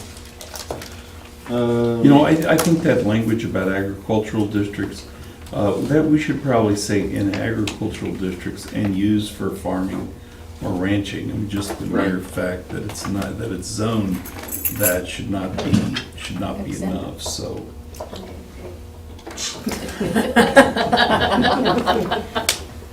Tomorrow. But I collect my eggs for farming. I don't have chickens, so I'm just. You're not in an ag area. Next. Oh, he's got them. I know. Yeah, I see those marks. Oh. I thought you meant chickens. I was like, Oh, no, no, I don't have a permit. Yeah, they're stress chickens. Okay. The 50%. That rooster. The 49% thing, I struggle with a little bit because it's replace versus repair, right? To me, if I understand this correctly, in one, you're able to repair the fence. In the other, if it's been deemed, you have to replace, even though maybe all your posts are still good. Am I reading that correctly? I mean, from the 5,000 foot view, yes, but you're still only going to replace what was damaged. You see what I'm saying? Now, the reason that that's put in there is, let's say today there's a pallet fence out there. Anything before this, we've already said was non-conforming. So if 50% of that pallet fence gets damaged, okay, that's no longer allowed. You're going to have to take that out and actually put in something from the approved material list. Okay, so it goes further than what I. Oops, I talked too much, sorry. Okay, yep. In compliance. Bryce, am I wrong? Isn't that the intent of No, putting something like yes, that? Okay. yes. Yeah, it's the whole non-conforming use argument. But by the wording, they should have to, even if they have one that is conforming, they should have to replace the entire fence, by the way it's worded. I mean, I could see how you'd read that, but I mean, we wouldn't make them take down perfectly good panels. I get what you're saying. That's you. Sure, fair enough. I don't like these things when they're gray. Code is gray, period. This is the way code is.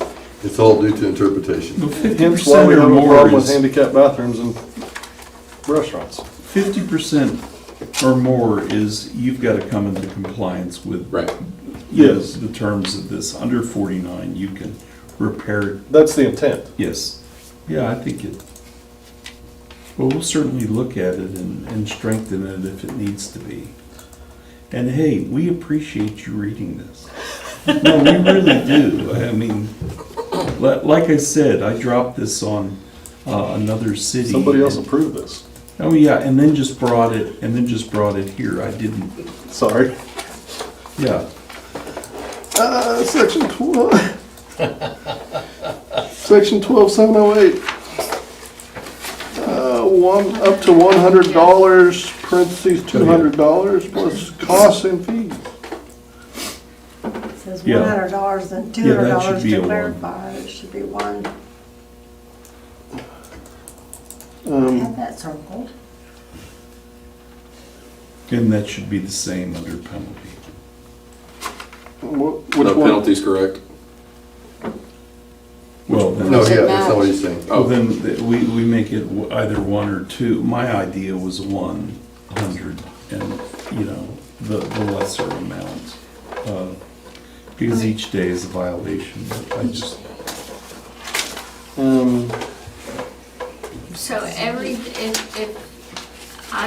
you come and you say, I'm sorry, your fence is out of code, you gotta fix it, that's day one. And if I don't get a chance to take it down, I get charged $100 every day until. well, it's we'd safe. have to bring separate citations for that, and I would have to file them, which means I have to read them and sign them. And that has never happened.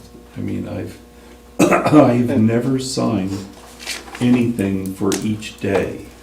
Now, I have done each month, okay, but I've never done each day, ever. And Brian will tell you he won't do that. But that is the I standard. have never done that. I don't have that kind of time in the But day. that's Brian, again. Not to mention, if you told somebody that today, they'd be like, oh, great, I can't even get one for 3 months, so now what? I probably should have started here, but it really goes with what Bryce said to begin with. Is this something we really want to regulate? Or to this degree, regulate it. Do what? Or I said to this degree, Yeah, what? you can see the front Pretty yard. intense. Yeah, we went from nothing to, I can get $100 fine a day or $200. I did have one more mark in here that I don't remember why I marked it.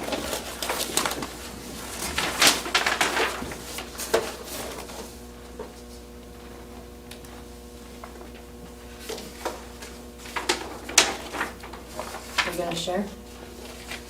I'm reading, sorry.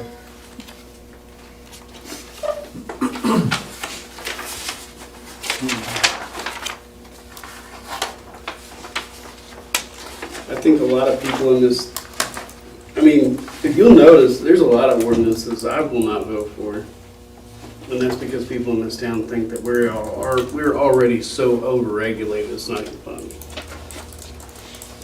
And yet we keep trying to push more ordinances. I mean, I know we're here to run the city and I know we're here to make money too, but people that put us here are the ones we're working for. I think I marked it because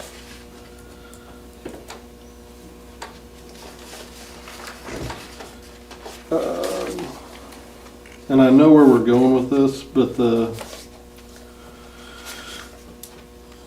requirements to build a fence, a plot plan legibly drawn to scale, showing the exact size, shape, and dimensions of the fence or wall to be constructed, the exact size, location, and composition of the fence or wall to be constructed. I built a fence, and my neighbor and I didn't fight. So I understand where this is coming from, is trying to keep some of that from happening, and at least give the city an idea of what they're approving on the permit. But I also didn't have any of this, especially once you get down to 2 or 3, I did not have any of those requirements. And I don't know how much that would increase cost if it was required. Well, survey will increase cost, there's no doubt about that. Substantially. Yeah, that's why we put may, Right. because, you know, I mean, it's not our intent to do it, you know, necessarily every time, is it? No. I would assume that would be if you're having disagreements or. Well, in fact, I would go one step further, and this is how we always just ran with it, Enid. We're not surveyors, so even if you draw these lines, I can't guarantee that that's accurate. Right. So if you do run afoul of your neighbor and put something on his property, that's something that you'll settle out in court. All we're doing is guaranteeing that you did put up a fence made of the material exactly like you said you were going to. And that it's not enclosing easements, that So it's should we not, take the survey portion out? could be, if you choose to.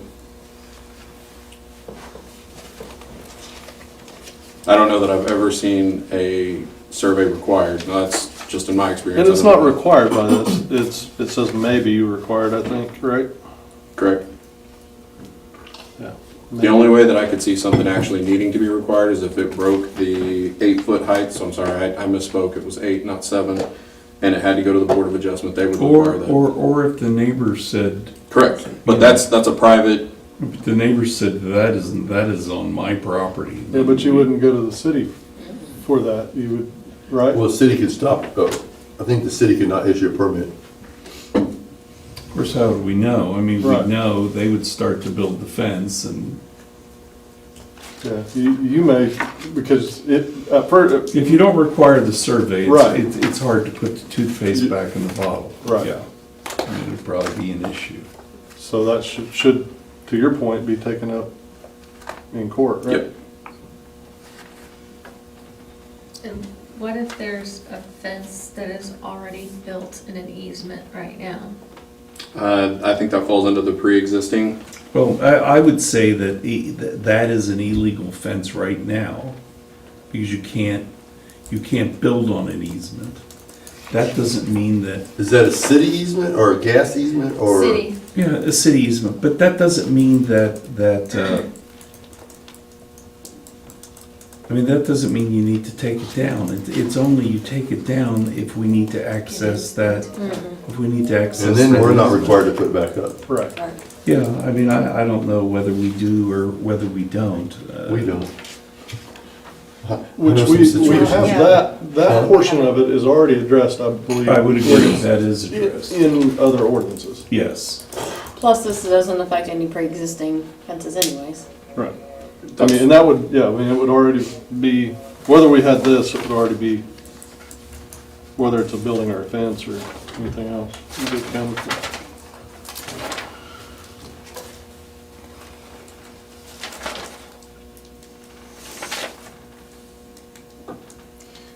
Yeah, that's why it says legally constructed.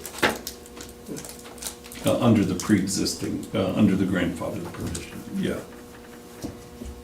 Here's the, oh, sorry, go ahead. I was just, I mean, I could see the need of going, okay, if you want to have a fence in your front yard, these are the things that we're allowing. It's not an 8-foot fence that looks like, you know, it's obstruction, I guess, to sight and things like that. Or an 8-foot wall is the minimum, but for us going from nothing to this it's a lot.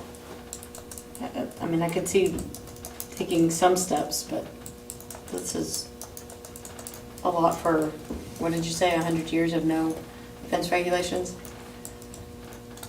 Or more. Well, the one thing that I will say is it's worth its weight in gold to pass a materials list. you'll have that one guy that gets real cute and puts up something that you'll wish you had passed that list. No, I get, that's what I'm saying. I mean, I agree with the front yard, and I think you could look at some of the materials and the heights and things like that. I think makes sense, but Well, and the other there's a lot of reason, regulations in here. the other reason that I point at, like the setbacks, where it's defined about minimum distance to side and rear. Technically, by the way that it's defined right now, a fence would be defined as an accessory structure. And by our ordinance, an accessory structure has to be built 10 foot in from your lot line. So you couldn't even put your fence around your property line by what we have written in ordinance today. So this would actually increase that. So there's a little bit of liberty for the homeowner. Vacant lots, again, that's a question we get all the time. Can I buy a lot, fence it in? When I worked in Enid, we had a lady that bought an entire residentially zoned lot with 2 dilapidated homes, tore them down, put up fences. One, to this day, is still storage. The other one, she breeds animals on. There's nothing that you can do about it because the Supreme Court actually weighed in and said that there's an expectation of privacy within certain restrictions of a fence. So I can hear animals back there all day. Doesn't mean I can do anything about it. So I mean, there are some things in here that they may seem like they are over the top, especially when you go from nothing to something. For the development of the city and the aesthetic part of it, which I guess it would just be more hearing than view. These are things that will get cut down on nuisances, and then you'll actually have some weight behind. Like I said, somebody calling saying, "Hey, I want to buy this lot. It's got an existing structure on it. I want to put a fence around it and start a mechanic shop." I mean, nobody wants that right next door to them, but under existing rules today, there's zoning law, but you got to prove it.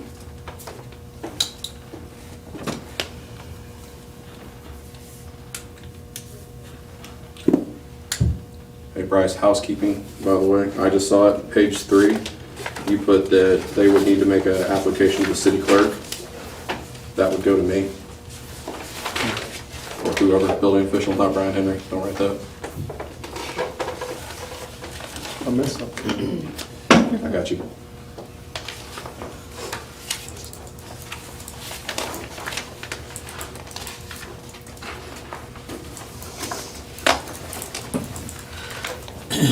For me, it just adds more things you can't do on your own property.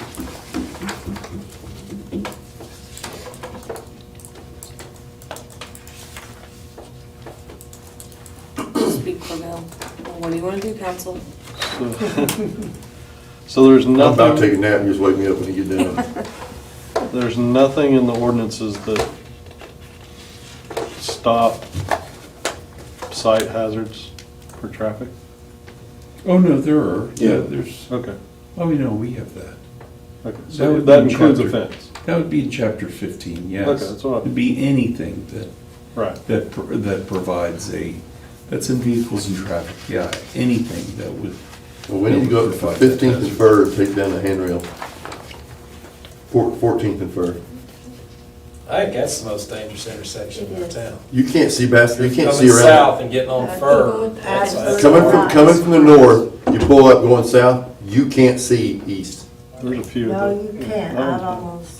And I didn't realize Around that you're talking till about, I recently. agree with that. That handrail is dangerous. But Wheatley and them, if you're talking about obstructions, they go all the time through town, especially with spring, when trees start hanging over and you're having to do this, they'll come cut your trees just to make sure that intersection's fair to view. Yeah. So I agree with the fence. You can't have a fence out there, and I'm related to 14th and Fir, that it's a see-through, but it's still a You nuisance. can't, yeah, you can't see around it. Yeah, I agree with that one. And that's because it's a fence. I mean, if it's a hazard, we should do something. It's the handrail on the sidewalk project. It's a hand, well, It's it's You coming, get it? people are Oh, going the west, state coming did over it. that hill, that just makes it kind of hard right there. I try to avoid that. Yeah, it's dangerous intersection. Which does ADA supersede the, you wouldn't think, the sightline safety, No. but No, I assume that that's the reason why it was put in. is it placed on the other side, or is it on the other side? On the other side of what? Well, I mean, there's two This sides way to a is on side. that side. You Well, I'd can't have to see. look. Yeah, it needs to go on the other side, that way it even gets closer to Fur and we can't see. Well, I wanna take a look at that. If you're going south on 14.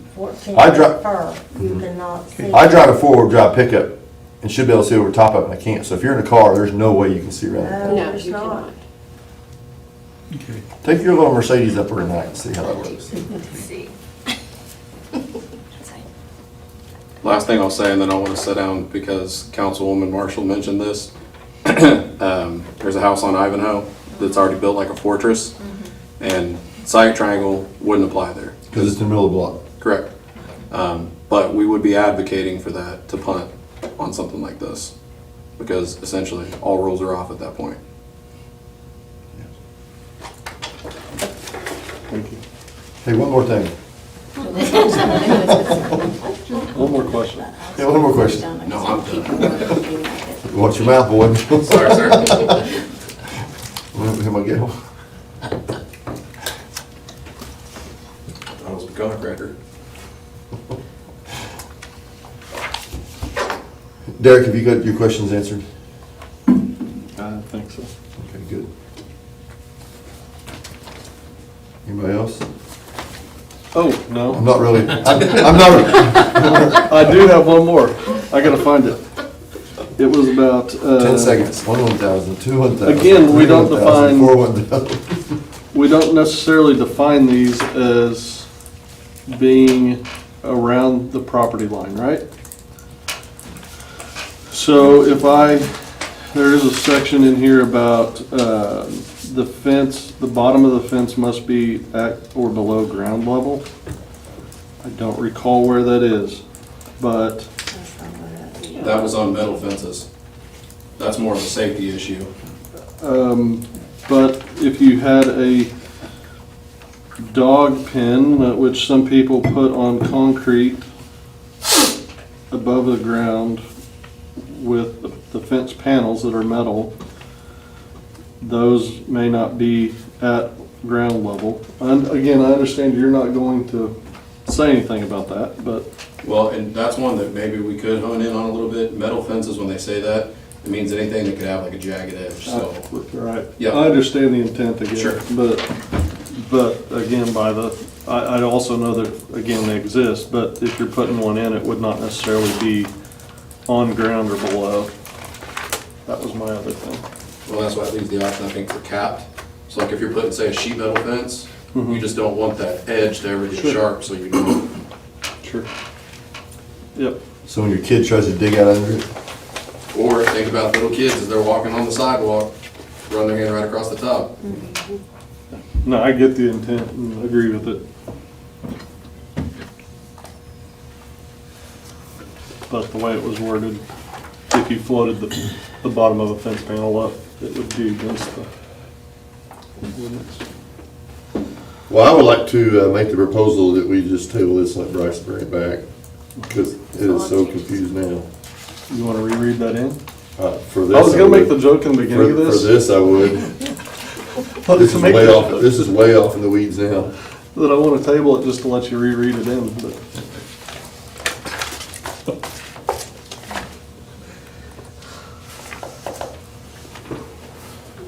Was that a motion? No, it wasn't a motion, I just said, I would recommend that we do that. But if I need to, I'll make the motion, we'll table this till Bryce can bring it back. Second. Roll call, please. Hurry. Wines, yes. Start over there. Marshall, Yes. White, Yes. Brown, Yes. Dilbeck, Yes. Vaughn, Yes. Stroller, Yes. Goldar. Yes.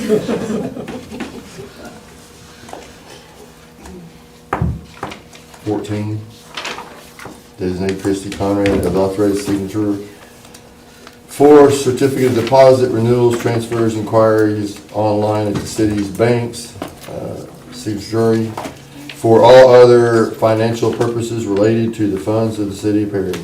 Motion. Second. Roll call, please. And Wines, Yes. Marshall, Yes. White, Yes. Brown, Yes. Dilbeck, Yes. Vaughn, Yes. Goldar. Yes. Stroller. Yes.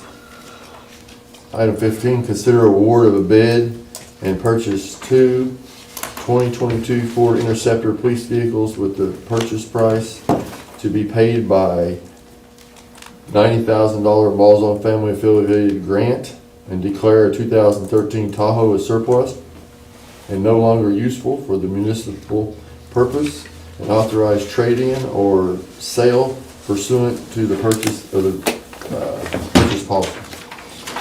All right, this is the grant that we got from the Balzones to purchase 2 new police cars, and there's 2 bids. John Vance, $36,526.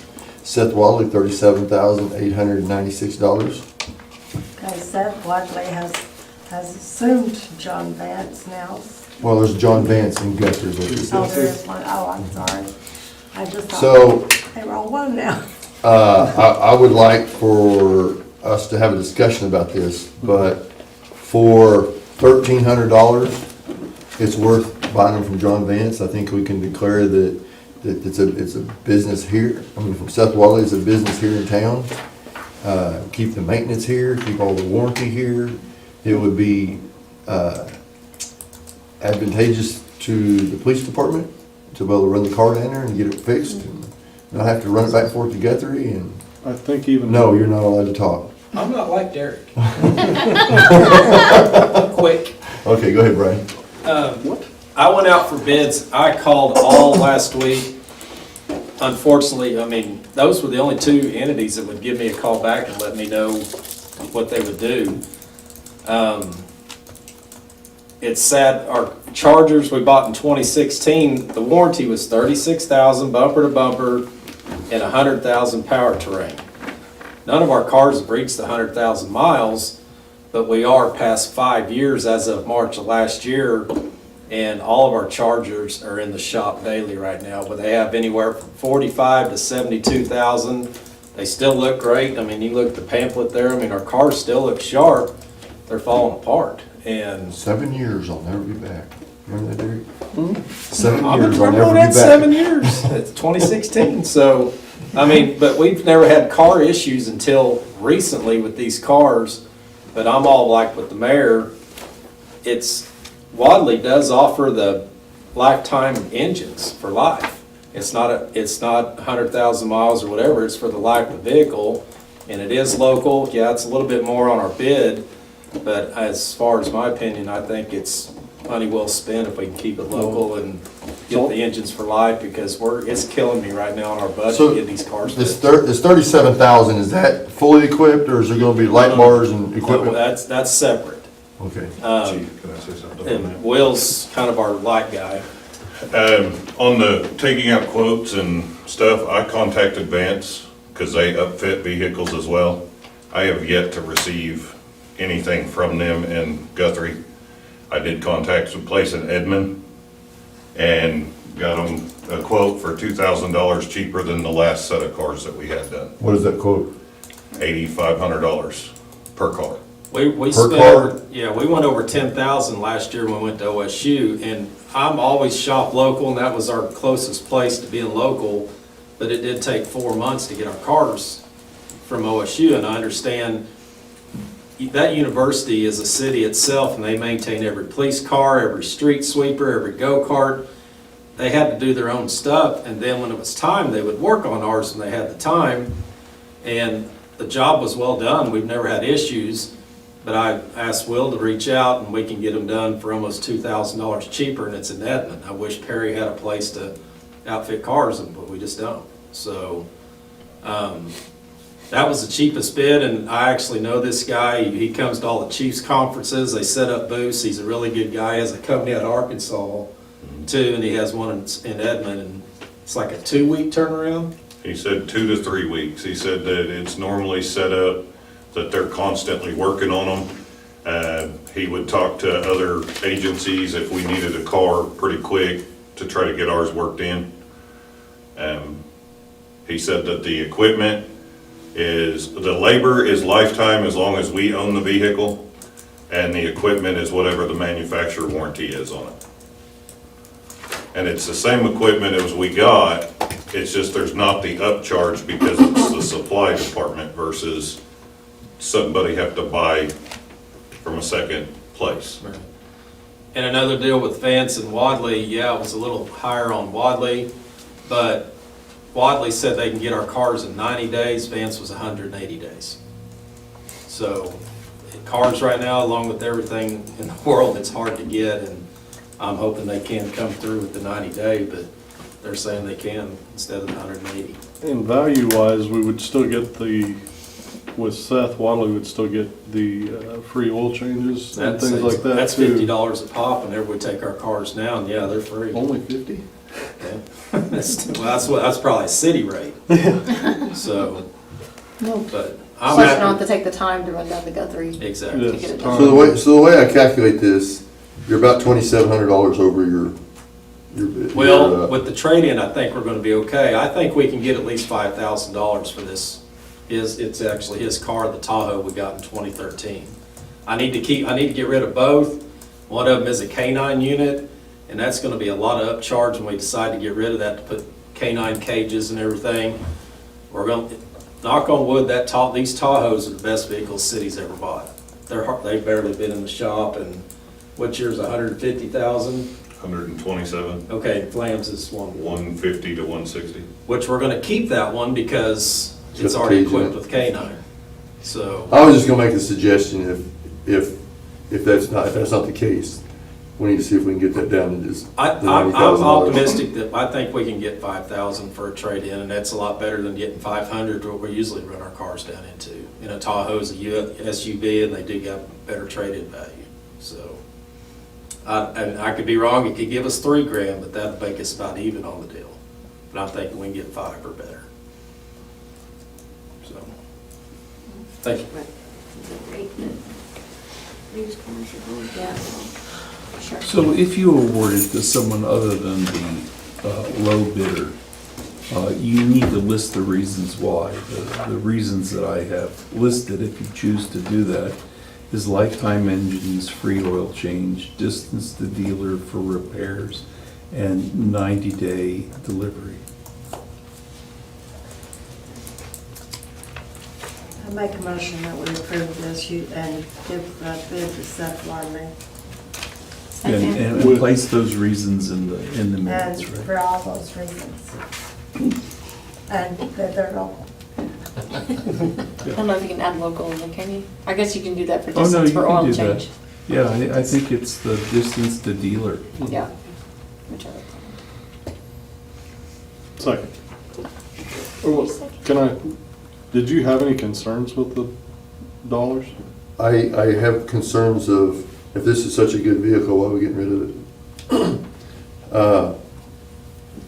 We've got so many vehicles in City Perry that are just beyond, I'm wondering if we could take this vehicle, put it in a fleet somewhere else and be useful.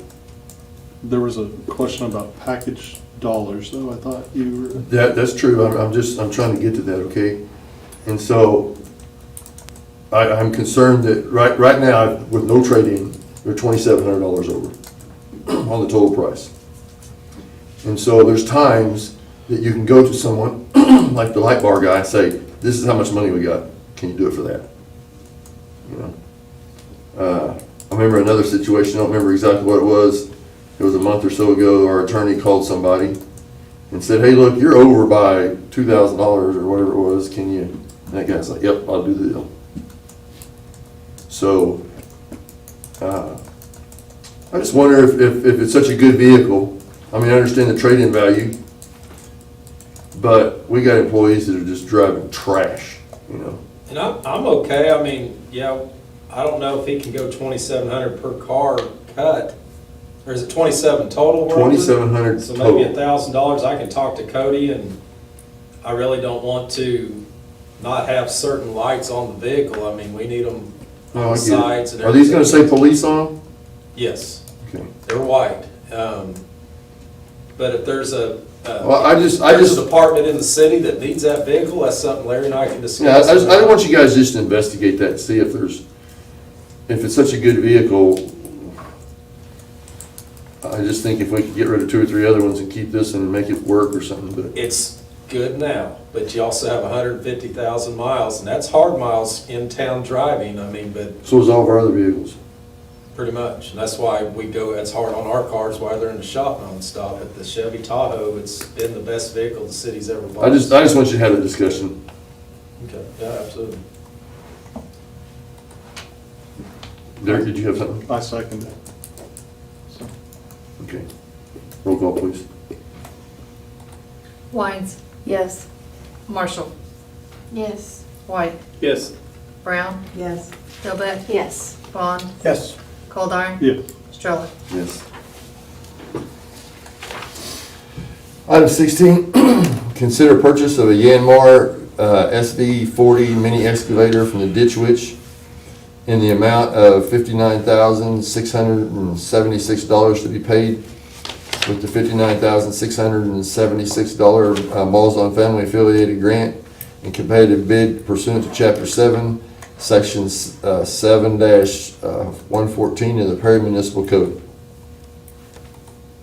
So, Jamie and Derek, you guys could probably help this, know this subject, maybe some of y'all that work at Ditch Witch. This is not a company that Ditch Witch owns, this is probably just a product that one of the dealerships sells. Is that accurate?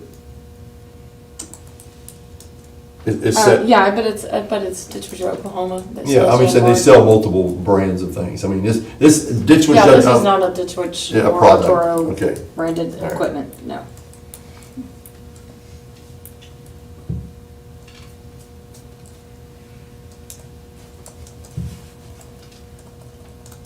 Motion to approve the purchase of the Yanmar SV 40 mini excavator from Ditch Witch.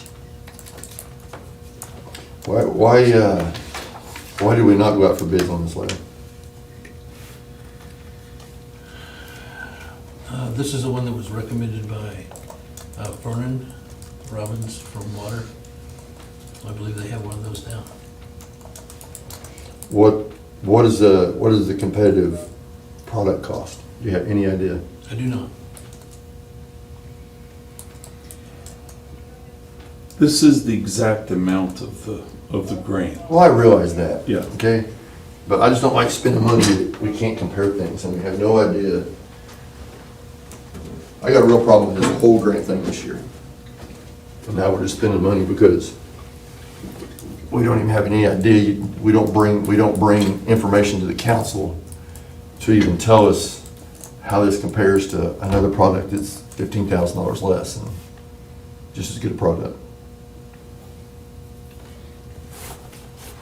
This, not disagreeing at all. Yeah. I understand where you're coming from, but this is under the value of the competitive. No, I agree with that.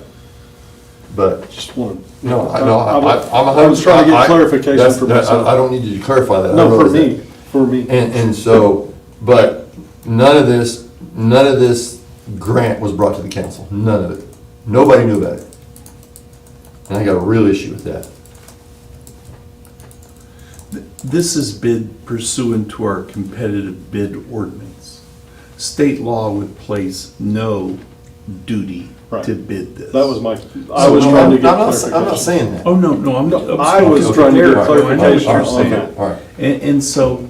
And so because there's no state requirement, our ordinance says, if for any reason, I mean, it says lots of reasons, if it's unique, there's lots of reasons, then it just uses the language, if the direct purchase in the best interest of the city is certified by the manager, then you can waive your own rule and just direct purchase it.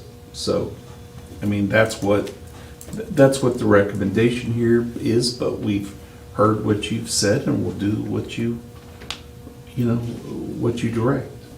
Well, I'm sure we could talk to Brent and make sure that that's the best deal. I mean, I'm sure the District of Oklahoma looked and saw that it was for the city of Perry, and I'm sure that came with it, that they tried to give us the best deal that they can.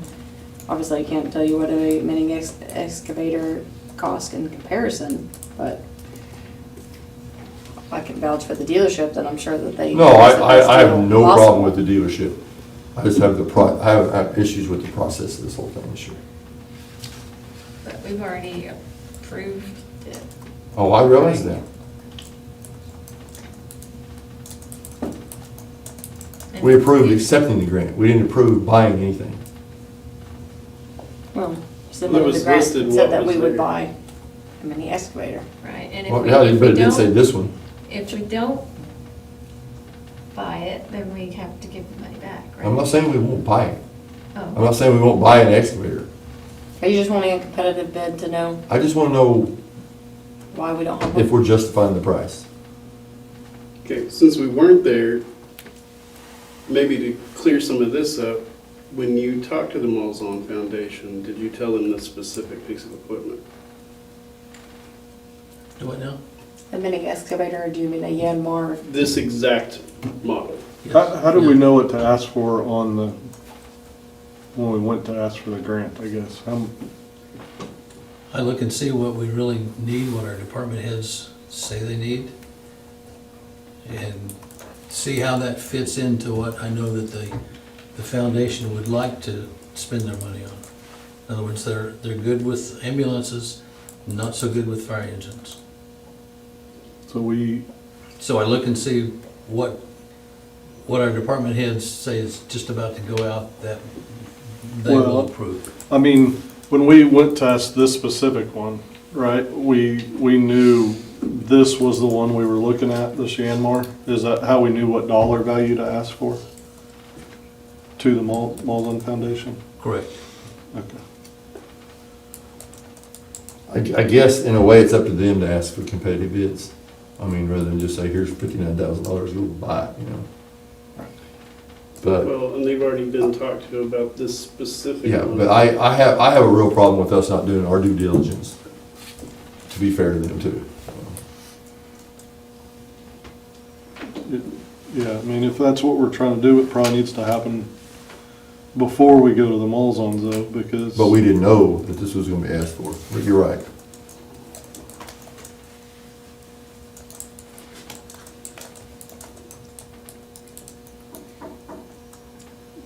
So do we have a motion or? I was gonna ask the same I'll make a question. I forgot where we was at, do what? I do. Did you?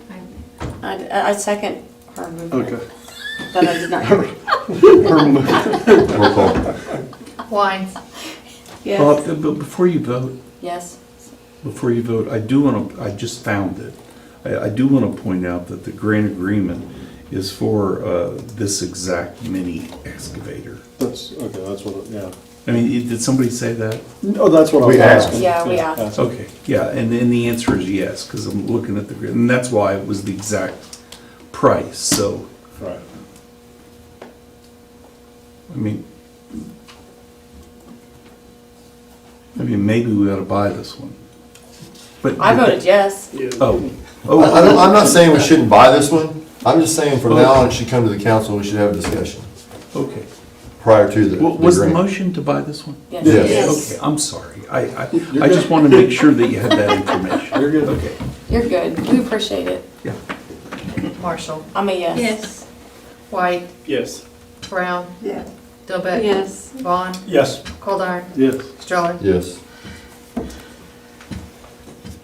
Item 17, consider request by Jessica Jackson and her friends and neighbors to place a slow children playing sign installed on the 1400 block of 8th Street. Take action deemed appropriate. Okay, 8th Street dead ends right where they live. And I guess there's a bunch of kids down there playing and stuff, and it's just a sign, it doesn't mean anything to me, you know, I mean, Just put up some hot wire, right? some hog, yeah. Chicken wire. And I like Jessica, she's a good person, Before but that ordinance comes back. I'm struggling a little bit of a dead end road, a sign that says slow kids playing when you're one block from the street ending. I mean, I get it, but, I mean, it's not gonna, it's nothing we're gonna write tickets for or anything, chief, is it, or, yeah, it's just a sign. We got several streets with those signs and, you know, I mean, I've got a neighbor, I think Jim Davis's old house, they always have their kids playing. They bought little campaign signs and they stick them in their yard as their kids are playing. So when you're coming down the hill, it says slow children playing and it does get your attention. I mean, you're kind of like, whoa, and then when they're done playing, they pull their signs Yeah, out. but that's a through street, I just Yeah. kind of, just Yeah. being a dead end street, but, There are a lot of But, kids in that street though. yeah, no, I Pick up a agree. kid down there. I'm like, And man, I believe I that didn't even know Jessica there was so wouldn't many kids ask if it gathered. wasn't justified, but. If they have as many as 11 kids playing and sometimes 15 to 20, I think it warrants a slow children plan. So I make a motion we place a sign there. Second. Roll call, please. Wines, Yes. Marshall, Yes. White, Yes. Brown, Yes. Gilbeck, Yes. Vaughn, Yes. Coldiron, Yes. Stroller. Yep. Any new business that needs to come before the council this evening? Hearing none, we will move to item 19, consider convening an executive session. 1, to confer on a matter pertaining to economic development of the city of Perry, to discuss a proposal to entice the location of a residential developer to the community to build single-family dwelling, duplexes, and multifamily housing, and thereby approve the economic development of the city of Perry, as a public disclosure of the proposal will interfere with the development and implementation of the proposal, the Woods Edition, pursuant to 25 OS 307 C11 of the Oklahoma statutes as amended. Item 2, discuss the appraisal and the purchase of certain real property related to the Upper Black Bear Watershed Project pursuant to Title 25, Section 307 B3 of the Oklahoma statute as amended.